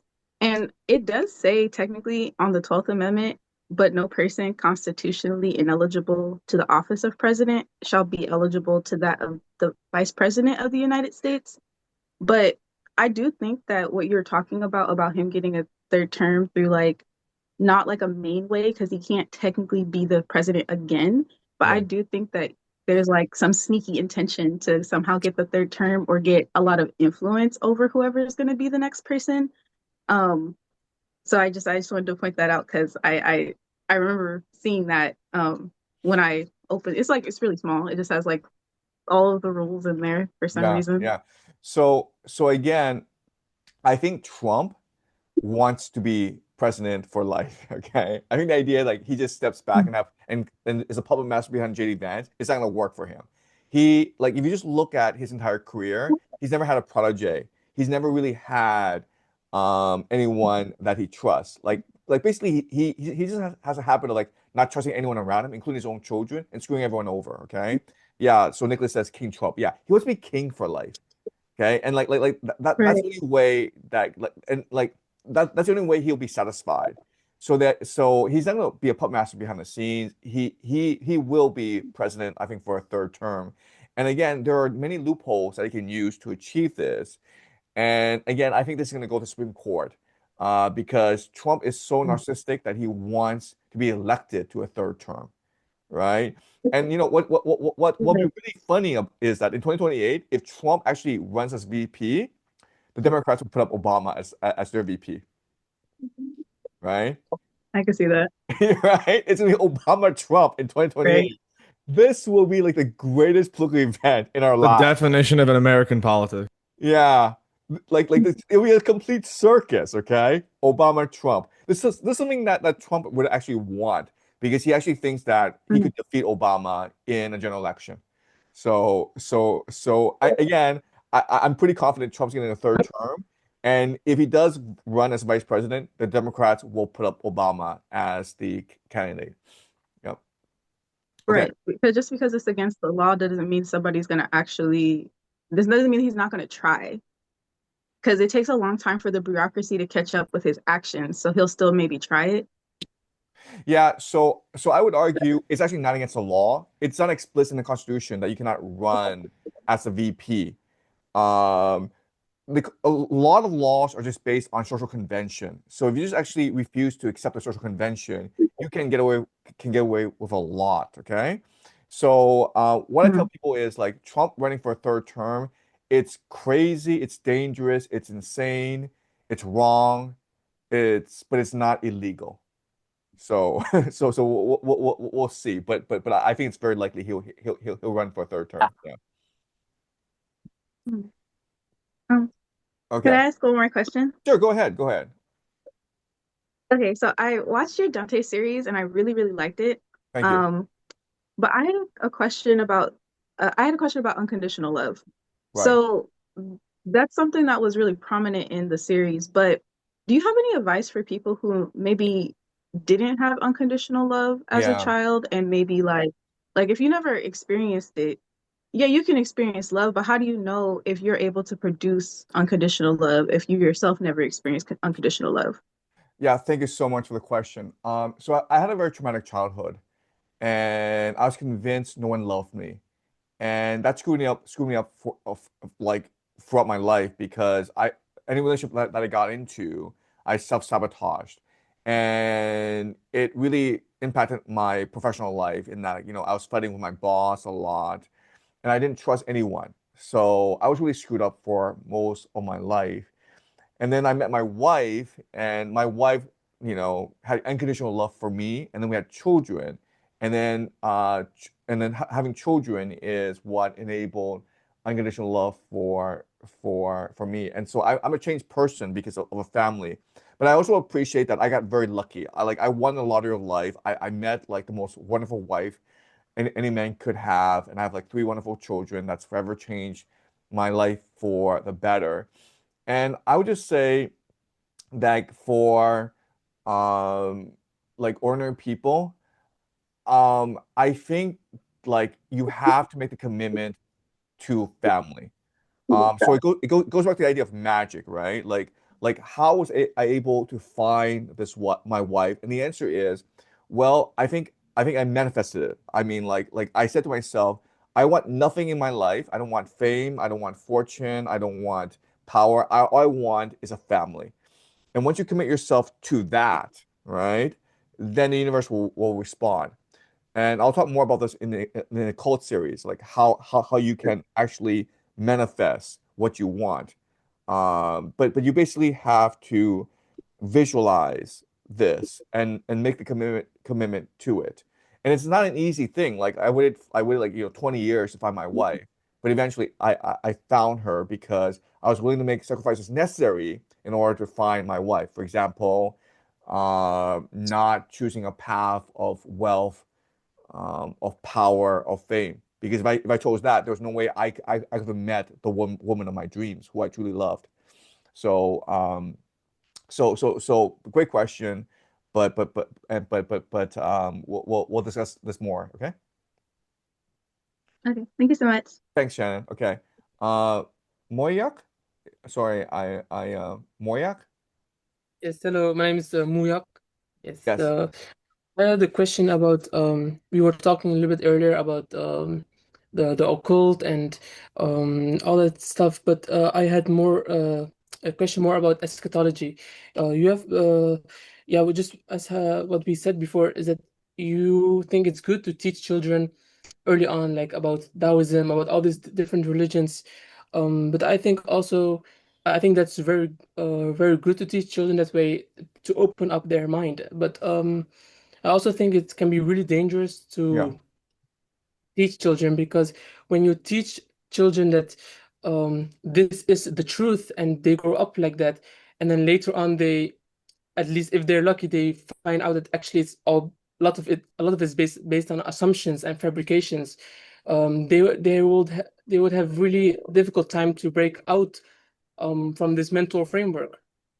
Um, and so what I would my question is about eschatology. You talk a lot about eschatology, but I have the feeling that um, you are talking about it. You're talking about it more from a outside perspective. This is what the Jews believe. This is what the Shia Muslims believe. This is what the Sunni Muslims believe. But I think, and this from personal experience, is that you really had to live in eschatology. You really had to live in occult to really experience how it can change your life and how it can change your perspective. So for me, I had to really like throw out all the assumptions, all that was taught to me, and really gain evidence-based knowledge to be able to go back to the source and filter out what's right and what's wrong. So my question was more about um, how would you do this? You are talking about eschatology, and you're also passionate about it. It inspires your game theory a lot. What is your personal perspective on eschatology and about reality itself? Yeah, no, I think eschatology is really interesting, and I could do an entire series on it. But I'll make certain points about eschatology. Okay, so I think first of all, eschatology comes to us from a certain tradition, the Proto-Indo-European tradition, which then came to take over Europe, Iran, and India. And so if you look at East Asia, we're not eschatological at all. Okay, we don't. And the reason why is that the Proto-Indo-Europeans believed the world started with violence, right? So if you look at Proto-Indo-European mythology, it's always like these brothers, these twins who kill each other in order to claim power. And this is embedded in much of European culture, right? So in Rome, you have um, Romulus killing his brother Remus in order to become king of Rome. And the problem is like if the world begins with violence, it must end with violence as well, right? That has to be logically true. If the world starts with violence, and it must end with violence as well. So eschatology comes from the fact that you believe the world is based on violence. But there are lots of cultures, for example, in China, we don't believe the world is based on violence. So we're not at all eschatological. We believe like the world can be balanced and harmonious. So that's my first point, that eschatology will be unique to Western civilization and is not global. My second point about eschatology is that it's a great way to motivate the people into action, right? So, for example, in China, like once you hit a certain uh, income, right? Once you become wealthy, well, your ambition is just to, like, play mahjong every day. Okay, you're not that ambitious after a certain threshold. But in the West, people aren't like that. If you're really wealthy, it's often because you want to achieve a certain eschatology. You want to achieve a certain vision for the world. Um, and my third point about eschatology is that it is particularly effective when the world is in decline, because when the world is decline and people lose hope, people, in the West we call it quiet quitting. In China, it's called tangping. Young people young people just give up, right? So what keeps young people motivated? Well, it's eschatology, right? It's a belief that you're achieving God's vision. So when a society is in decline, there's certain groups, for example, Zionists in America, who are particularly powerful because they're committed to a vision and they're willing to work hard to achieve their vision, whereas everyone else is basically giving up on life. Okay, but I'll talk more about eschatology when I do my occult series. Yes, so I was more I appreciate your perspectives, but I was also curious about because you were saying, oh, these are like the elements, and I am seeing it that eschatology it's giving way to eschatology, and they are using eschatology to um in their societies, in their mind of way of thinking. But I was also curious about like your own experience in eschatology, because you're talking about being connected to the monad and all these things. What is your own perspective or feeling about like maybe a certain promise that has to be fulfilled, or this kind of thing? Okay, well, I will say this. When I was younger, I had many visions, and these visions stayed with me throughout my life. And I saw wars and fires and destruction. Like when I go to bed, I see like airplanes, like fighter jets, just roaming the sky and causing all this destruction. I see the world burning. So I think these visions are presented to me it because I feel compelled to act. I have three kids, right? So I need to act. I can't just, like, sit back. And I need to prepare the world for a time of war and destruction. Okay, so, and I think there are a lot of people like that. I think there are lots of people who from an early age are gripped by certain visions of the world. And these visions, they can interpret differently. Like some are like, I need to go achieve this vision, but some people are like, no, I need to present another path for humanity. And so I think there are quite a few people like this around the world, and these are the people who drive eschatology in the world. Thank you for your answer. I had a very small other second question. Is Sure. about you were talking about having this plan of setting like schools, like educational institutions. You were soon also thinking about visiting Malaysia for this. I was curious about how this is developing, and how you are thinking about setting this up, and how would I, or maybe some others I know, that be able to help in this endeavor, because we are thinking also about doing this, but we need a lot more help and support in getting this goal. Yeah, so thanks a lot. So I would like to set up schools around the world to promote new ideologies, a new education system, okay? That teaches basically game theory, the occult, and the great books. And so what I want to do over next year is visit different places like Japan, Malaysia, Europe, North America, and figure out places and people that I can work with in order to promote these schools. But basically, what I want to do is find young people such as yourself who are very motivated and who want to create a community uh, to promote new ideas. So, this Zoom discussion is part of the process, but I'll also be organizing meetups as well. And basically, what I want to do is work with people to set up these schools. So rather than like me have a vision and you just like follow my vision, I want to uh, promote ideas that help communities grow organically. If my community is based in Malaysia, and so I was thinking, if you, before you go to Malaysia, maybe you can contact them and maybe help this idea grow into reality. So Yeah. how would you be able to contact if that is the case? Right, yeah. So I want to do a YouTube series on education reform and how to build great schools. And I want to use this as a theoretical framework for new schools of the future. Originally, I was supposed to go with Sneeko to Malaysia last week, but it got canceled because it was just too rushed. And so Sneeko and I want to um, go to Malaysia together. We've already agreed to do that. We wanted to be as impactful as possible. So, we're in touch, and we'll definitely visit you in Malaysia. And then we'll definitely have conversations in private about how to promote schools in Malaysia. Um, and we want to meet with people like the Prime Minister and get his endorsement. Basically, what I want to do is create schools that educate the future poets, intellectuals, and thinkers and educators of the world. Because that I think is the best hope for humanity. Yes, thank you very much. Thank you. Okay. Jonathan? Hi, Hey, Jonathan. hi, can you guys hear me? Yes, yes. Yeah, great. All right.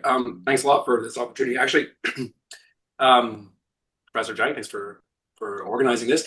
Just, I was actually going to make a comment, but the previous commenter actually said something that really struck me. I was very interested in your alternative for your new education model. So a little bit about myself. I'm a coming at this from a different place. I'm a thoracic surgeon in Montreal. I work at Wow. McGill. Okay. I'm an assistant professor, and I have a lab. I do tumor immunology, and so I mean, historically, I'm sort of coming at the world from a very materialistic point of view, Right. very reductionist point of view, and that's sort of how I got to where I am. But my last, I would say, decade in practice and probably 20 years of cancer research have really changed my worldview. And when I came across your videos, they really struck me. So, what does your work and my work sort of overlap, have in common that really struck me? And what's interesting is, correct me if I'm wrong, but when I interpret game theory and the predictions that you've made about the world as we live in it today, what I see is you're describing the world at scale, right? It's a different scale. And I think one thing that humans are really bad at is understanding different scales. Yes. And different rules apply to different scales. And one of the things that has really struck me about the natural world is that nature repeats over and over and over again. We're fractal, our biological system is fractal. So a lot of these macroeconomic and macro societal trends that you talk about are governed by the rules of game theory, and that has allowed you to make these very astute predictions and made you quite popular as a result. And I think this sort of systems thinking that you've put out into the world is huge. And it's something that I think is severely lacking in universities. These places, these bastions of of openness and education, I'm a little bit, I have to say, disappointed in many ways. And what I'm seeing is that we have a very reductionist view of the world.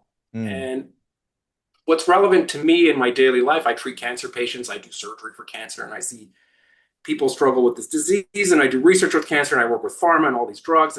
And what I see is predominantly failure, right? I think I'm sure a lot of you in this group have been touched by cancer in some way, by your family, and it's devastating. And I think what's sorely lacking is this concept of openness, systems thinking. We have to stop thinking of ourselves as little machines. These are living things, just us. And actually, if you look, and I've applied a lot of your thinking to my own research, and in my opinion, and what I have seen fundamentally and objectively is that if you apply systems thinking to biology, it is very informative. It opens up a whole new avenue of thinking and understanding things. And I think it's very relevant to, you said something like you want to influence people because that's the way forward for the world, to have this different approach, this openness to thinking, and that's the way forward. And I have to say, I agree with you 100%. I just find it extremely difficult to convey this. It's very hard to get people to change their way of thinking, even if it's a very minor perturbation in the way that we see the world, right? It's really hard to get people to accept a novel way of looking at things. Even my own students, sometimes they kind of look at me sideways, and then I end up right. And then, they have to get their degree, so I guess they have to listen to me to some extent. But how do you get your message out there? And when I heard you talk about setting up these schools or these alternative models of education, that really struck me as something that I personally would love to be a part of. I think this systems thinking, this idea of thinking at scale and applying rules that describe reality as it is, not as we necessarily want it to be, is so important to get out there. And I just wanted your commentary on that. No, thanks so much. Yeah. No, I really appreciate the comment. And I mean, I'm really serious about promoting these schools because, as you point out, it's really important for people to look at the world from a macro perspective. And that's why I want to teach game theory, I want to teach the occult, I want to teach the great books, on top of other subject matters as well. And as to my approach, I think what's really important is for us to have these conversations, right? Because now I understand like what who like who you guys are, and like what your thinking is, and this helps you better, create a much more concrete vision for these schools. I also think it's really important to be patient because, as you point out, these ideas are not commonly accepted. But I mean, like 2 years ago, you know, uh, it would have been unimaginable to me that I'd be this popular today. Like 2 years ago when I started this YouTube channel, I was like, my ambition is to have 5,000 subscribers. Okay. So the way the world has changed has just bogged my mind. And I'm pretty confident that in 2 years' time, the world is going to change a lot as well. And, I'm continuing to make these predictions, right? So I got lucky. I made three predictions that Trump would win, that Trump would start a war against Iran, and that Trump would lose this war. And all three predictions have turned out to be correct. But it's easy for people to say this is all a fluke, right? Like who cares, right? You just got lucky. You won the lottery, right? So I want to continue to make predictions and show that no, my theories, my framework has validity, right? So I continue to make these predictions. I think Trump will get a third term. I think that there'll be a national draft in America. I think, Europe is going to go to war against Russia.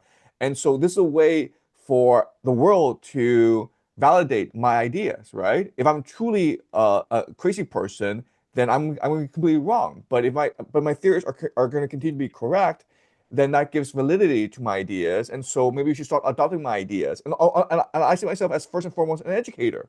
I see myself first and foremost as trying to spread wisdom and enlightenment to the world. So that's my approach, to continue to meet people such as yourself and everyone in this group, to try to collectively come up with a concrete vision for how to reform education in the world, and also for me to continue to make these predictions to showcase my framework.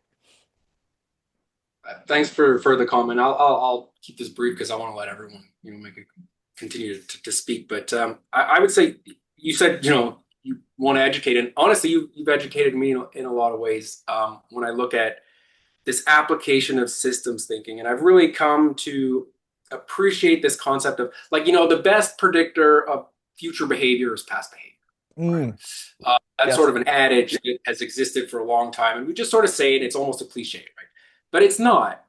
In reality, what you're describing, what I see when you describe things is if you take nature or the state of whatever you are talking about right now as it stands today, the past, right? There's only a certain number of possible futures that are possible. Yeah. And you're describing it. And so, I don't think you're getting lucky. You're describing a limited set of possibilities that exist if you understand the world as a complex system. And I think that's what you've done. And so I want to congratulate you. And it's been very, very inspiring to somebody like me. And I've been able to apply that across my work, which I didn't think I would get to at this point, right? It's like a very reductionist point of view. It's a very conservative environment, and it's very difficult to bring in. So oddly enough, bring in new ideas into science. It's actually very difficult to do. So thank you for that. And yeah, I would love to be a part of any educational endeavors you have in the future. And I hope to keep coming to these kinds of things as they keep going. So, thanks. Thank you so much, Jonathan. Thank you. And I hope to be in Montreal back in the fall. Like I'm from Toronto originally, so let's try to meet up in Montreal. Absolutely. I'll reach out. I'm McGill, so anytime, and I live in the Plateau. So. Thanks so much. Jackson, Jason, Tucker, are you here? Hi. How's it going? I had a few questions to start. Sure. I wanted to open the discussion to some dissenting opinions. Sure. Not that I really hold any, but I want to know what are some significant events that could happen in the near future that would change your analytical model? Yeah, great question. Great question. So if Trump were to die in office, or if he were to resign, or if he were to lose in 2028, this would change my model completely, because I see Trump as almost like a Julius Caesar figure who has been propelled by the current times to assume power. Okay, so if Trump were to die and Vance were to come in power, this would change my model completely. Okay, that's the first major test of the validity of my model. Second major test would be Russia and Ukraine come to a peace, right? Because I see what's happening as just continuous warfare. And if Ukraine and Russia were to sign a peace deal, and that I'd be ecstatic if that would happen. It would completely destroy my model. The third would be if China were to invade Taiwan. If China were actually invade Taiwan, then I'm completely wrong about China. I'm completely wrong about the East Asia, and this would completely change the dynamic of the world, right? Imagine if China were to actually invade Taiwan. Well, then the United States is kind of screwed over, right? So I would say these are the three big things so far, and I don't think any of these things are likely. I think Trump will win will get a third term. I think this war between Russia and Ukraine will only expand over time. It will only escalate, and China would not invade Taiwan militarily. Okay. And in these scenarios, although unlikely, do you have is this a shift in your thinking? Do you have a different path forward in these scenarios, or is it just open water at that point? Yeah, great question. Okay. So if Trump were to die in office, then this would radically shift my model, because right now I think I'm using a lot of occult theory in understanding geopolitics. And if Trump were to die in office, then I think the materialist viewpoint would be much more valid. And I think the world would be much more random than I assume it to be. So if Trump were to die in office, then I would have to radically reconceptualize the way I understand the world. Okay, so that's Trump. If Russia and Ukraine were to sign a peace deal, then my very understanding of how the world works, it fails. I would have to like start from scratch if Russia and Ukraine were to come to a peace deal, because I can't see a scenario in my current framework in which they come to a peace, an everlasting peace. Okay, so I would have to start from scratch. And then if China were to invade Taiwan, then I would need to completely reconceptualize how I understand China. Because from my perspective, it is impossible for China to go invade Taiwan militarily. The culture doesn't allow it, the bureaucracy doesn't allow it, the political system doesn't allow it. And so honestly, I'll be honest with you, if China were to invade Taiwan, I'd be very impressed with China. I really would be. Yeah. Okay. Awesome. And then another question I had is we talk a lot about like Plato's allegory of the cave and a collective consciousness. And you have mentioned in previous lectures that there are some sciences do that are starting to like lead into this direction, specifically neuroscience. Yes. And I have a basic understanding of quantum theory or string theory. Do you think these are other like physics that point to this conclusion as well? I And think what are your so. thoughts on that? I would not be surprised in the next like 5 years. There's this major consensus emerging in mainstream science that says that, yeah, I mean, Plato's allegory of the cave is completely right. Like the world is what we imagine it to be. And you already have a minority within neuroscience which argues this point. And their argument is basically the universe is a simulation. Yeah. It's a simulation, right? It's a projection of imagination. So I think this will be the economic consensus in a very short time, like maybe the next 5 to 10 years. Yeah. Thank you. And then my last question, kind of connecting back to some other points where people are asking you for book recommendations. I think a lot of us are going through your lectures as well, and I understand that these are all very deep and interconnected topics, and I would like to explore them more deeply. Is there a point in the future where you'd be able to get like a list of book recommendations that kind of follow your lectures so we can take our own dive into this material? Or is it that you conduct mainly independent research on these topics? Yeah, so if you go back to my civilization series, I list books as sources. And on my Substack, if you go back to an early Substack essay, I will have book recommendations Okay, on my thank you. Substack. Yeah. I missed that. I apologize. No worries, no worries. Yeah. Okay. And that's all I have. Okay, great. Okay. Karina? Thank you. Oh, and Cassie has the link to the reading list. So yeah, in the chat. Okay. Karina? Hi, yes, can you hear me? Yes, go ahead. Right, thank you for taking my question. I have been watching you for quite some time, and I kind of got to this point of like reading from some of your videos. You talked about how Hollywood is kind of implicated in a lot of, I guess, like the movies that they make, they kind of show or depict ideas that they want society to follow before, things happen, as well as, like the government, like doing like false flag events and stuff like that. And I remember one video you talked about how like one, idea would be like if they really wanted to do something that was like all eyes were on it, it would be the FIFA World Cup games because everyone's watching. And I just took that and went on to like, ChatGPT, and I was like, can you show me the any movies that have any plot lines about any type of like terrorist attack at a sporting event? And I just wanted to like read the plots to see, what came up.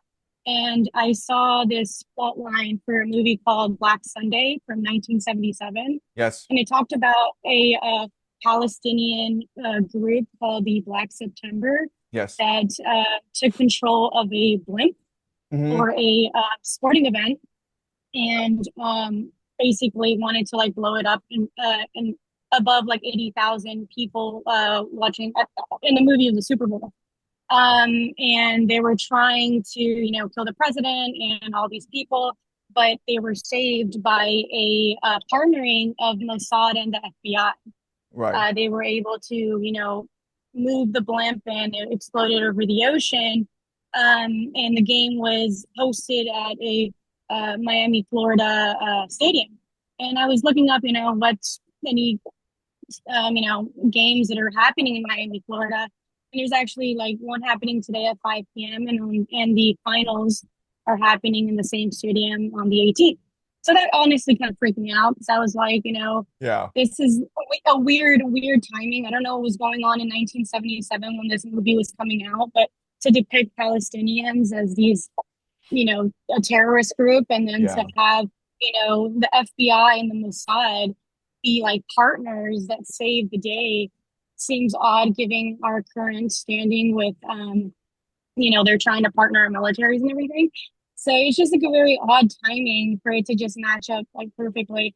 Of course, I don't want this to happen, but I just wanted to get your ideas on like how false flag events come to be and your thoughts on this plot. Yeah, no. So when I was making a comment about, like how the World Cup would be a perfect place to like do a false flag, I was actually thinking of that movie. That movie I watched like, many years ago, but it left a lasting impression because honestly, it seemed pretty realistic. Like, if I wanted to create a false flag event and I really want to traumatize like the population, well, a sporting event would be the ideal place because as you point out, there's like 80,000 people in a stadium and they're a captive audience, right? So if you were to set off a bomb in a sporting event, you could kill a lot of people. And the World Cup right now is like if you want to create a false flag event, the World Cup right now will be the ideal place to do it, right? So when I teach your code, I will talk more about these false flags because they're clearly rituals, right? If you look at 9/11, if you look at the Charlie Kirk assassination, if you look at JFK, they're rituals. They like clearly the people who are doing this, they're trying to almost summon demons. They're trying to implant it's a magic ritual. It's magic. That's what it is. So the exact involvement of Hollywood, um, it's speculative. I don't really know, but I will point out that um, Hollywood is heavily penetrated by Mossad, right? So, like I saw on Twitter, like when Messi got married at age 30, it was the Israelis, the Mossad, who provided security for that wedding, right? And if you just go into like Hollywood and you look at who these bodyguards are for these A-list actors like Brad Pitt, they are Mossad, they are IDF, they are people who are very closely affiliated with the state of Israel. So does that translate into predictive programming? Does it mean that Mossad and Israel will get really favorable coverage in Hollywood and in television? I think absolutely. So the connections are there, and how they actually work is something that I'm still working on. Any more questions, Karina? Well, does that make sense? Yeah, I mean, it really does make sense. Thank you for, adding to that. I was trying to get other people's attention on this, and it was so difficult. So thank you for having these meetings because I was like, I need to tell someone. That, you provided a platform for me to be able to actually talk to someone about it. But I have a different question as well, completely different. I have been reading, Dante's Divine Comedy, and I did something that you said that there's a lot of like filters that really would help you understand the book more if you learn. So I decided to try to learn Italian, and I started transcribing line by line. Like it helps because I know Spanish. Right. Line by line, like from Italian to English, because they have the Mandelbaum transcription. And I mean, honestly, even on the first line, like even if you don't know Italian, you just know Spanish. There's some words in there that don't really make any sense to why it was transcribed that way. For example, on the first line, where it says, glory to thee, the one that moves all things and permeates, his light. Permeates, that's the word that's given in English, but in Spanish and in Italian, penetra is penetrates. And I feel like that's like a pretty big like distinction to make, because if you think about it, like penetration is from the outside coming in, and permeation is like you're already in and you're just, you've already spread. It's a static word. So it's not dynamic. And when you do a lot of these like translations from Italian to English, you start to realize like a lot of the words that Dante wanted to use are action words, they're verbs. Like he wants that to be like the common theme of like God is movement, God is action. Yes. And if you were to emulate that, then you should be action as well. You should be movement, you should be acting. And it does, when I look at the English version, I'm like, it doesn't really come out that way. It starts to say things like, glows, but the word is radiates, like it's like shine, like to the point that you can't handle it anymore. And I don't know why they translated it this way. I don't know if it was like their own style that they wanted to add to Dante's work, but I do hope that like others also, take the time to like just translate some of these Italian words, because I'm only on like line 9, and just by translating it from Italian to English, it like really made me think and like understand the book way more than just reading it in English itself. No, that's a great point, Karina. I mean, definitely Dante was a revolutionary. He was definitely a prophet. And he really believed that love is action. That if you really want to show faith in God, you have to take action in this world. And he really believed in social justice. So you're absolutely right. And I mean, like each translation of Dante, each translation of Dante will be different, right? So I used the Mandelbaum translation because it was the most accessible. It's just pretty easy to read.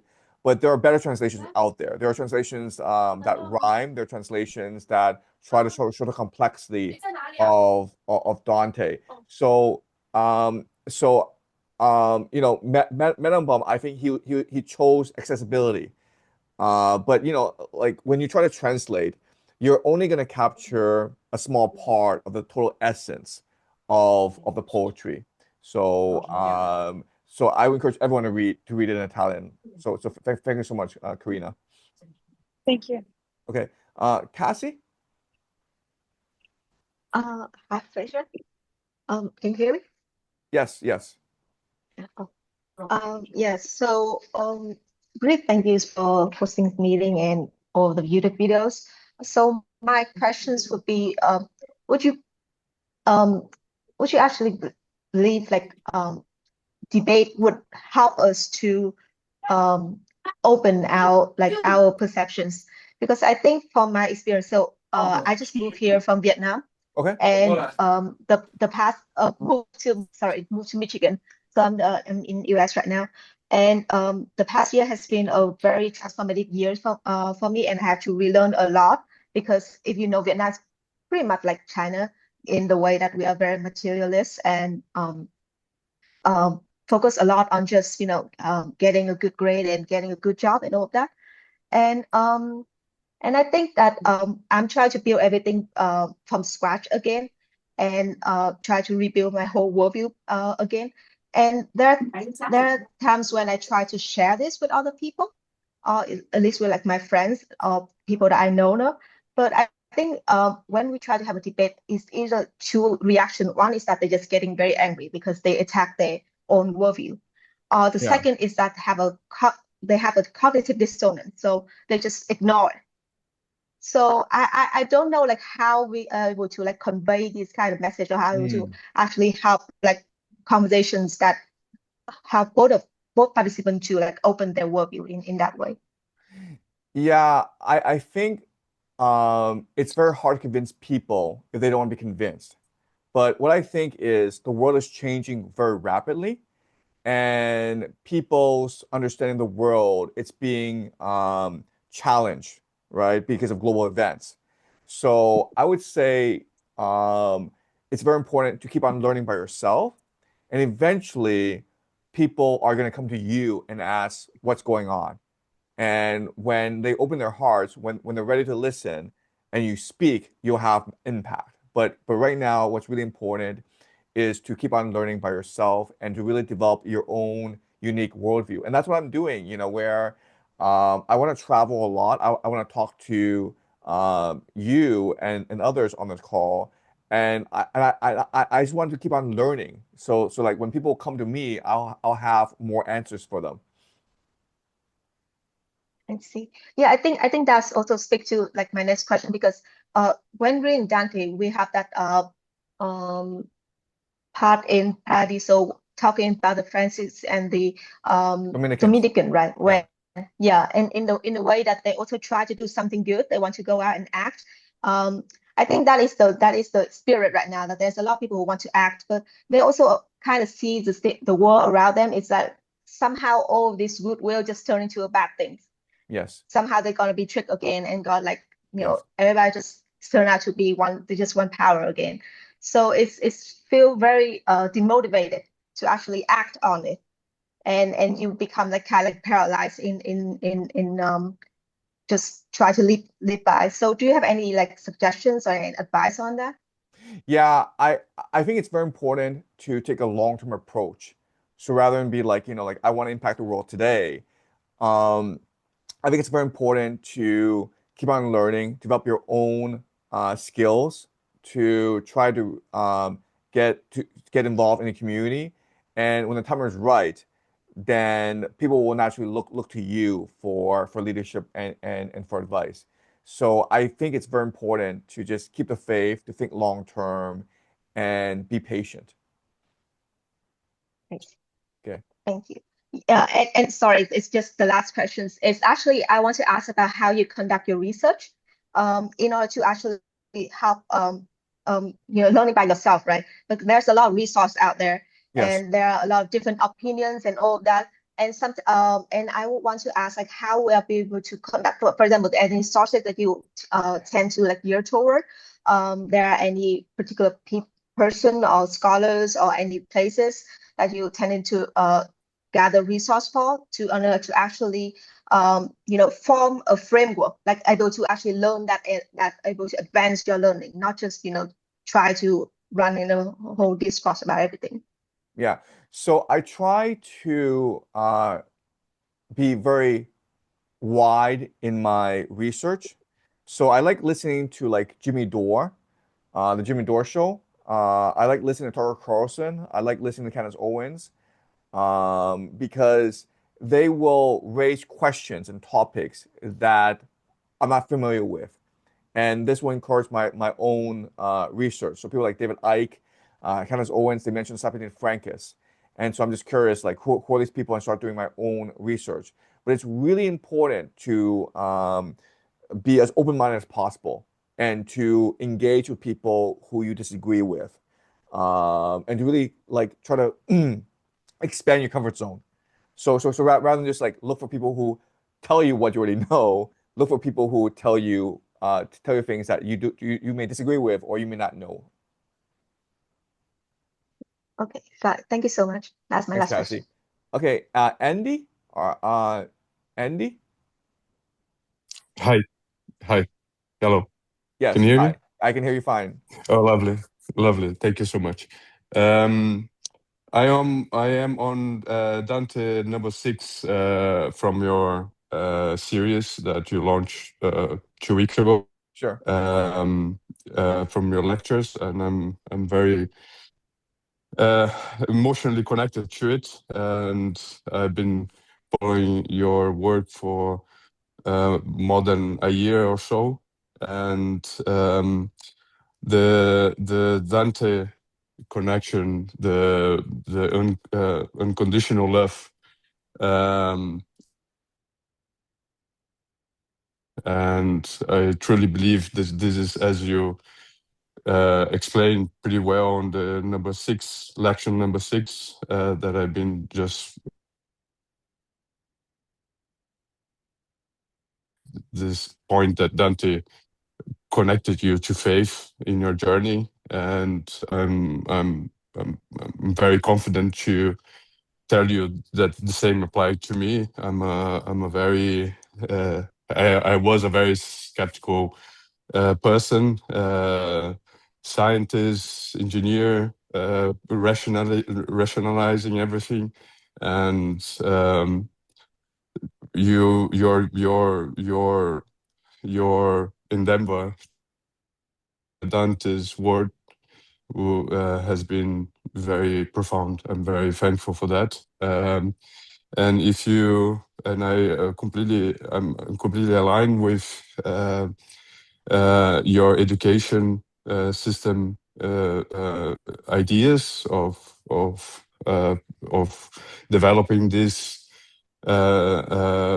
worldwide. And if you feel that the moment has reached to has approached to move to South America, Brazil, will be very happy to host you. And I'm here doing my bit, spreading your message as much as I can. Even though Brazilians speak Portuguese, it's very hard for them to connect with English. And I'm very thankful that I spent many years in Europe, which got me to a connection with English that I'm confident to understand your message.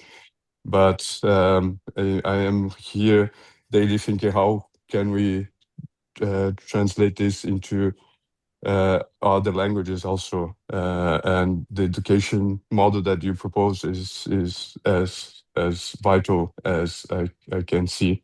So yeah, thank you for creating all of this. This momentum is amazing, and yeah, hope to see you one day. Thank you. Thanks so much, Andy. Thanks so much for that. Okay, Kevin? Hi, can you hear me okay? Yes, perfect. Hi, just a follow-up question about reading. Apologies to people who are good at English or English courses. I was never good myself. But when you read books, for example, let's say like The Words of Jacob Frank, it's a very dense, complex book. It's hard to get through, and especially when you have other projects like work or studying. How do you dissect a book? Do you or how do you finish a book quickly, and so you can move on to other things and just take out key messages from that book instead of reading every single line? Because I assume that's what you did instead of reading the whole entire book. Yeah, so I read the whole book because I'm a very fast reader. I was an English major at Yale. So I've been reading books for my entire life, and I'm a very good reader. I'm able to read something very complex, like, Jacob Frank's writings, and figure out the main ideas and figure out what sections are really important, because that's what I was trying to do at a place like Yale. And I would just say, like, if you're getting just started, it's very important to read it with other people. Maybe form a book club where you are, and maybe teach it to others. So reading is a very hard skill to develop over time. And I would just suggest, like, before you tackle on hard text, you might just start to get in the habit of just reading for pleasure, right? So every hour or 2 hours, just read for fun. And it could be, comic books, it could be Stephen King, Harry Potter, it doesn't really matter. But once you train your mind on how to read, your mind is going to subconsciously pick up a lot of really important details when you encounter complex text. Thank you. Okay. Do you have any more questions, Kevin, or follow up? I guess just follow up, like, so I assume you stay away from other people is out there already that's analyzed the work. You like to read it yourself originally before you do that.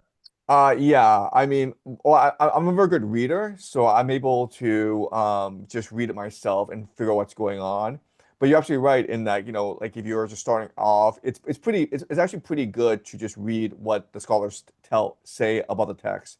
And it's a very good overview. You might even want to talk to ChatGPT and just get a brief summary of the text. Yeah. Yeah, that's it. Thank you. Okay, thanks for a lot, hosting Kevin. this. AGM? Yeah, hi, how are you? Good. Just a quick one from my end. You've spoken about several eschatologies in your courses and in your videos that might or might not happen in the future. Among them, is Russian eschatology. There's a Jewish eschatology with the Pax Judaica. There's the Islamic eschatology with the Iranian it's Shia Islam. There's also the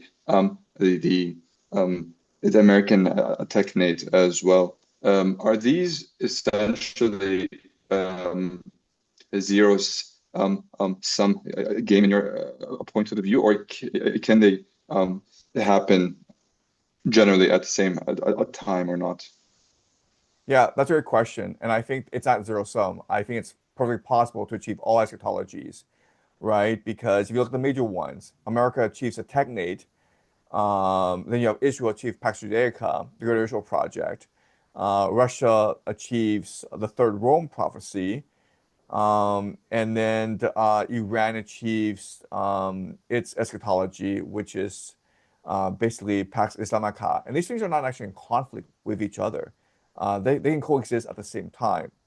And what I will say is that maybe in the future, you have many different systems exist in parallel with each other.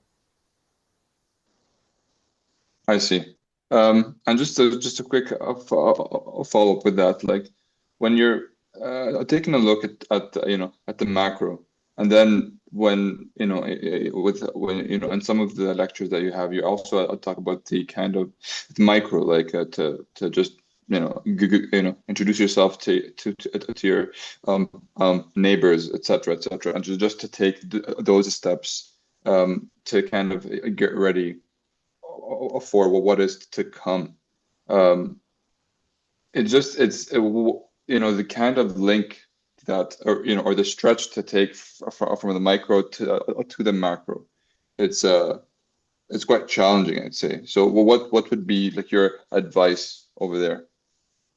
Yeah, so you always want to solve the macro because the macro gives you the framework, right? And the micro are just like specific instances that confirm the macro.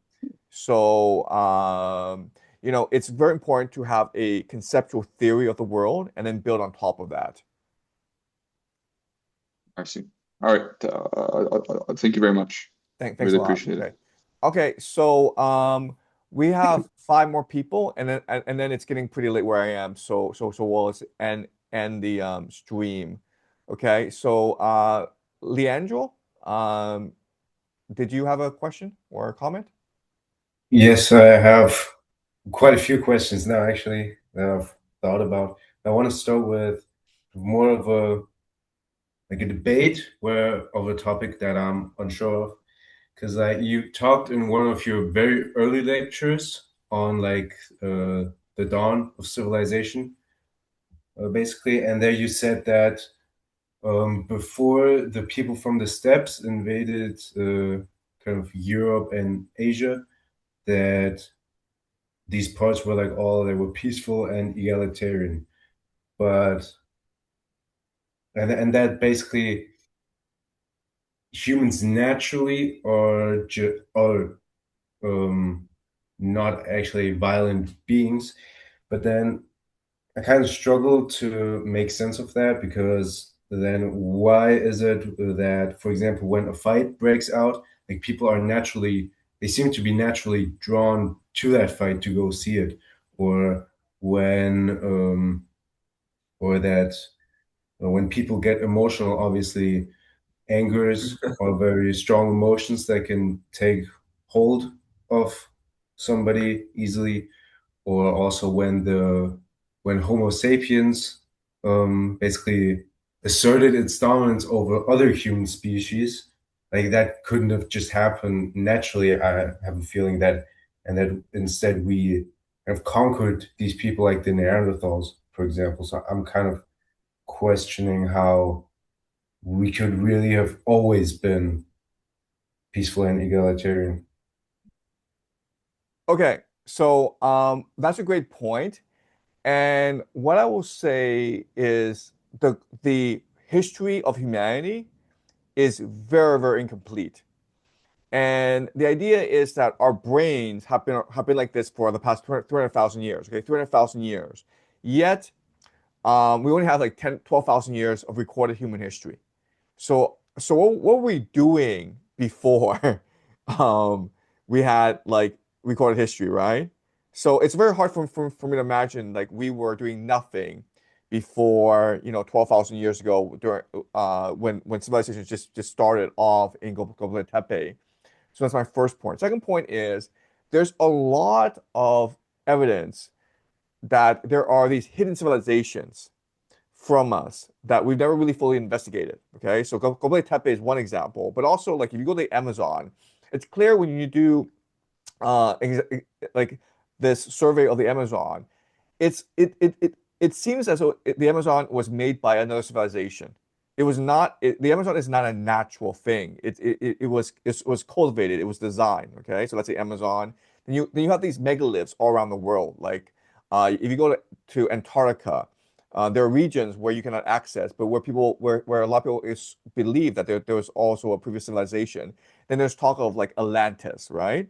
So I think that our traditional way of understanding the beginning of humanity, I think it's very problematic, and I think that over the next few decades, I think a new understanding of our history will emerge. And quite honestly, I also want to teach a course, do a lecture series on humanity, on like where we came from, and on these ancient civilizations like Atlantis. And so that's number one. Number two is to understand my argument, just do a thought experiment. Let's just say like you got like the 50 most violent men in the world, okay? And these are mass murderers, they're criminals. And you put them on a desert island. What would they do? I mean, like you could say, well, they're violent, so they'll just kill themselves. But I mean, you could also argue, well, there's 50 of them, and they need to work together, or they're all going to die. So you could argue like violence is just a function of the scarcity of resources, right? If you have Right, overpopulation, so it's environmental basically. It's I not think within so. us, but the environment forces us then to Yeah, I be think so. violent. Yeah, I think so. That's what I would argue. Okay. Okay, so it's really first of all that the history is just unclear enough to really fill in all the gaps of our understanding, and Yeah, that like if we humans existed in a vacuum, then we wouldn't be violent. Then we wouldn't be so violent because there would be nothing like there would be no emotions that would be that the environment would trigger in us basically. Okay, that makes a little more sense. Yeah. right. Yeah. Yeah. So I think over the next 20 years, there's going to be like a radical um reworking of primitive human history. I think there'll be a lot of research, a lot of new discoveries that challenge the traditional framework that we have.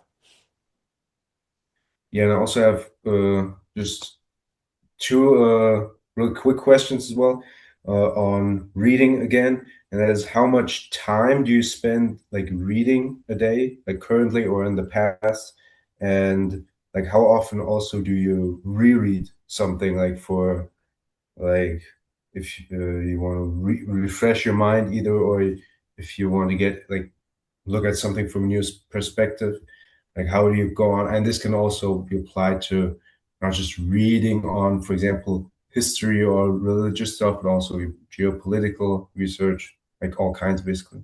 Yeah. So I try to do 1 or 2 hours a day, and it's really good practice. And I'm blessed with really strong memory, so I usually remember what I read. So when I do reread things, it's because I need certain passages to teach a class. And so I'm going to reread it in order to find the passages I need in order to teach a class. Okay. And in the past, you also stuck to this kind of 1 to 2 hours, or has it Yeah, been more yeah. also? This is the best way to build your brain. Like just do 1 or 2 hours of reading a day. And I guarantee you, like your brain is going to really expand if you do this over like 10, 20 years. And then you also focus on have one book for those 1 to 2 hours, or do you also read 2 or 3 things at the same time in one day? No, you want to keep focused on one book. Yeah. Okay. Yeah. Okay, thank you very much. Thanks. I don't Okay. want to take up too So much time now. yeah. So Shanu has a question, right? So she's kind of shy, so I'll read her question for everyone. She asks, "Can you speak more about education reform and what are some resources to learn more about it?" So I can go on for hours and hours about education reform, but basically my main concern about schools now is that they sap or they destroy students' intrinsic love of learning. So students are naturally curious, they're naturally motivated to learn for themselves.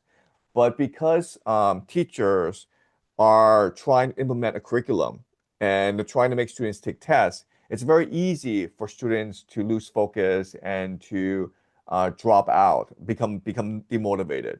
So it's really about appreciating students as a divine spark and really about cultivating their curiosity, really cultivating their passion for learning. And you can do that in many different ways. But the most important way to do that is to allow students to ask questions and to engage in debate and to structure learning around their interests. So that's Shanu. And then Alexander asks, what do you think about the space race 2.0? Do you think this is collaboration between China and America? Yeah, I think space is bullshit. I think we don't have the technology to get to the moon. I don't think like there's any point in getting to the moon. And I think that China and America are working very closely to create this illusion of the space race. China gets a lot of technology and science from America. And obviously China sees this as a way like as a form of national propaganda of trying to rally the people in a time of economic malaise. But I don't think they'll get back to the moon. Okay. Um, okay. So Leo asks, Professor, what country should I move to if I want my children to grow up in a safe place with high quality life and education away from internal and external tensions? Yeah, okay. So this is something that my wife and I talk about a lot, like where to move to.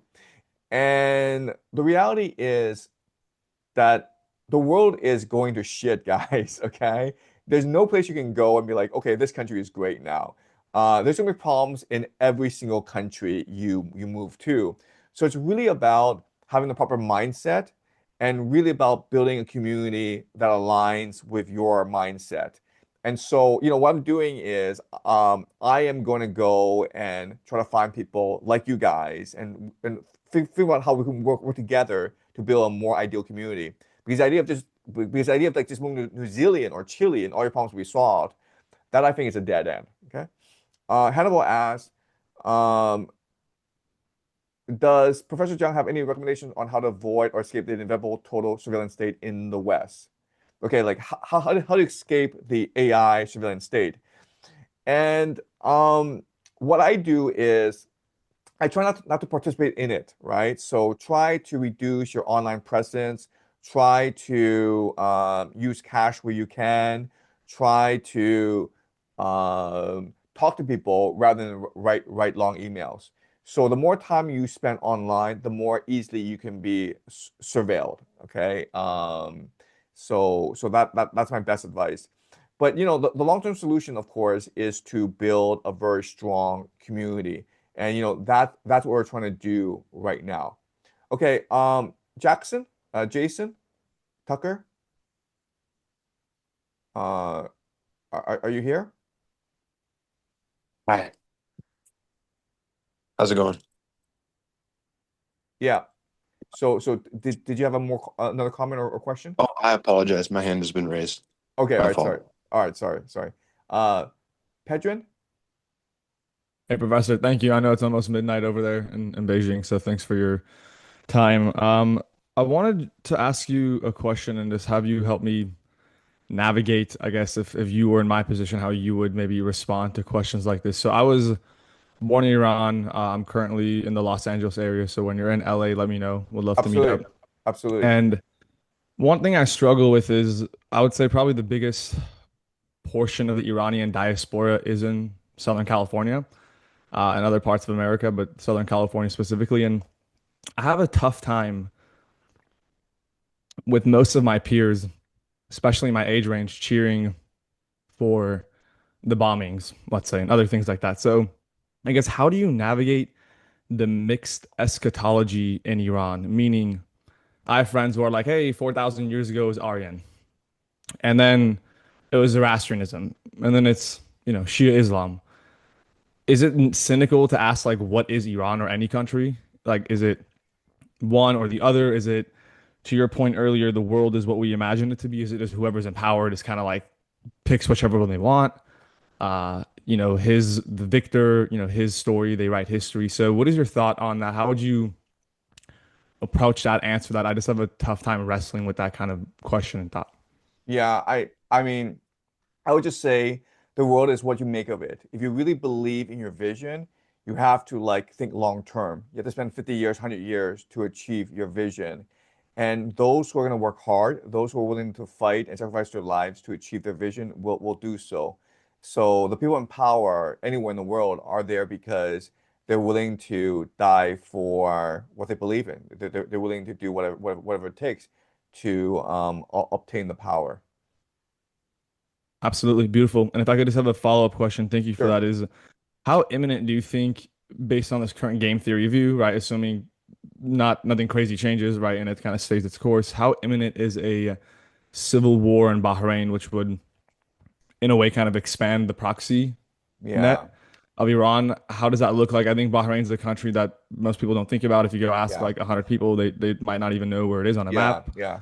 Uh, what do you think about that? Yeah, no, you're absolutely right. So Bahrain is a powder keg because it's majority Shia and it's ruled by a Sunni minority. So the people are very sympathetic towards the Iranians, and the leadership, the elite, are extremely corrupt and very unpopular. So you're absolutely right in that a civil war will break out sooner or later.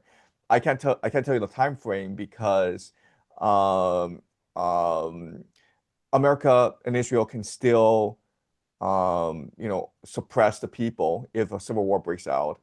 But I think that, once America sends in ground troops into Iran, then all bets are off. Then I think like, the entire region may burn.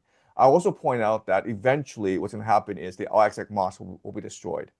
And this is going to cause a huge conflagration throughout the Muslim world. So a lot of people are expecting it. Israel has signaled that it will be destroyed at some point, and it's all part of the wider eschatology. False flag. Thank you. Yeah, yeah. Fred, then Dominique. Yes, question here. It kind of goes similar with Hannibal there. With what we're kind of seeing on the surveillance side happening in Kenya, you've touched briefly on Peter Thiel as well and kind of what he's doing there in Argentina. And I was wondering if you could kind of go into a little bit of the context that he's trying to create there based on what you've seen so far. Yeah, so I don't know enough about Argentina, but I know Peter Thiel wants to create the network state, right? So basically, like the way he thinks, he's very strategic. He's like, I made all this money. But how do I translate this money into power, into long-term power? Well, basically, I need to create my own society and have people treat me as a god, right? And I need AI surveillance in order to control the people. And so he needs to figure out where in the world he can actually implement this vision. And there's certain places in the world, right? So for example, Gaza is a perfect test case, right? Because it's been flattened, it's been destroyed. The people are essentially prisoners, and the Israelis are an occupation army. So it's possible for him to try out his theory in Gaza. Argentina is also another test case scenario because the government there is very friendly towards Peter Thiel, and it's a very rich country, but the economy isn't doing so well. So a guy like Peter Thiel will try to look at different possibilities. He's also looked at something called seasteading, which is like to have your own city in the oceans, far away from other nations. So he's gonna, like, he's a venture capitalist, right?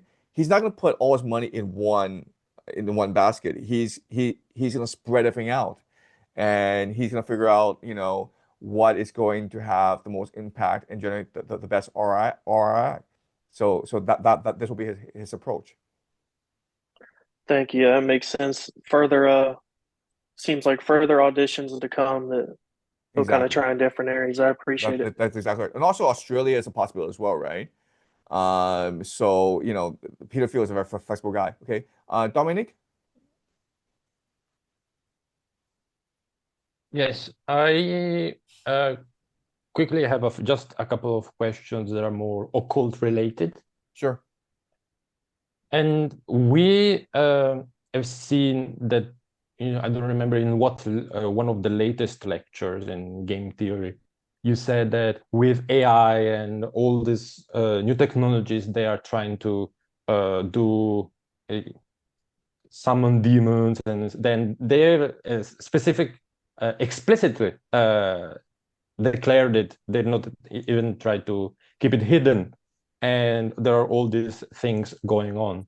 So we have always referred to these beings like gods, demons, angels, like external beings. But in your opinion, how much chance is there that instead these are structures within our consciousness, or how can I put it, like interfaces through which our consciousness encounters maybe realities that otherwise on its own could not comprehend? Yeah, no, I agree with that. And if you look at people on psychedelics, they say the same thing where, like on psychedelics, their minds open, and they encounter all these demons and angels they wouldn't have before. And depending on psychedelic, you encounter the same demons and angels. So I would say that our minds, our consciousness are connected to infinite dimensions. And within these infinite dimensions are all sorts of like these different beings. So they all exist within us. And it's really a matter of like tapping our consciousness in a certain way that connects us to a certain demon or angel. The other question is more historical, because geographically, we have many cultures in many places all around the world.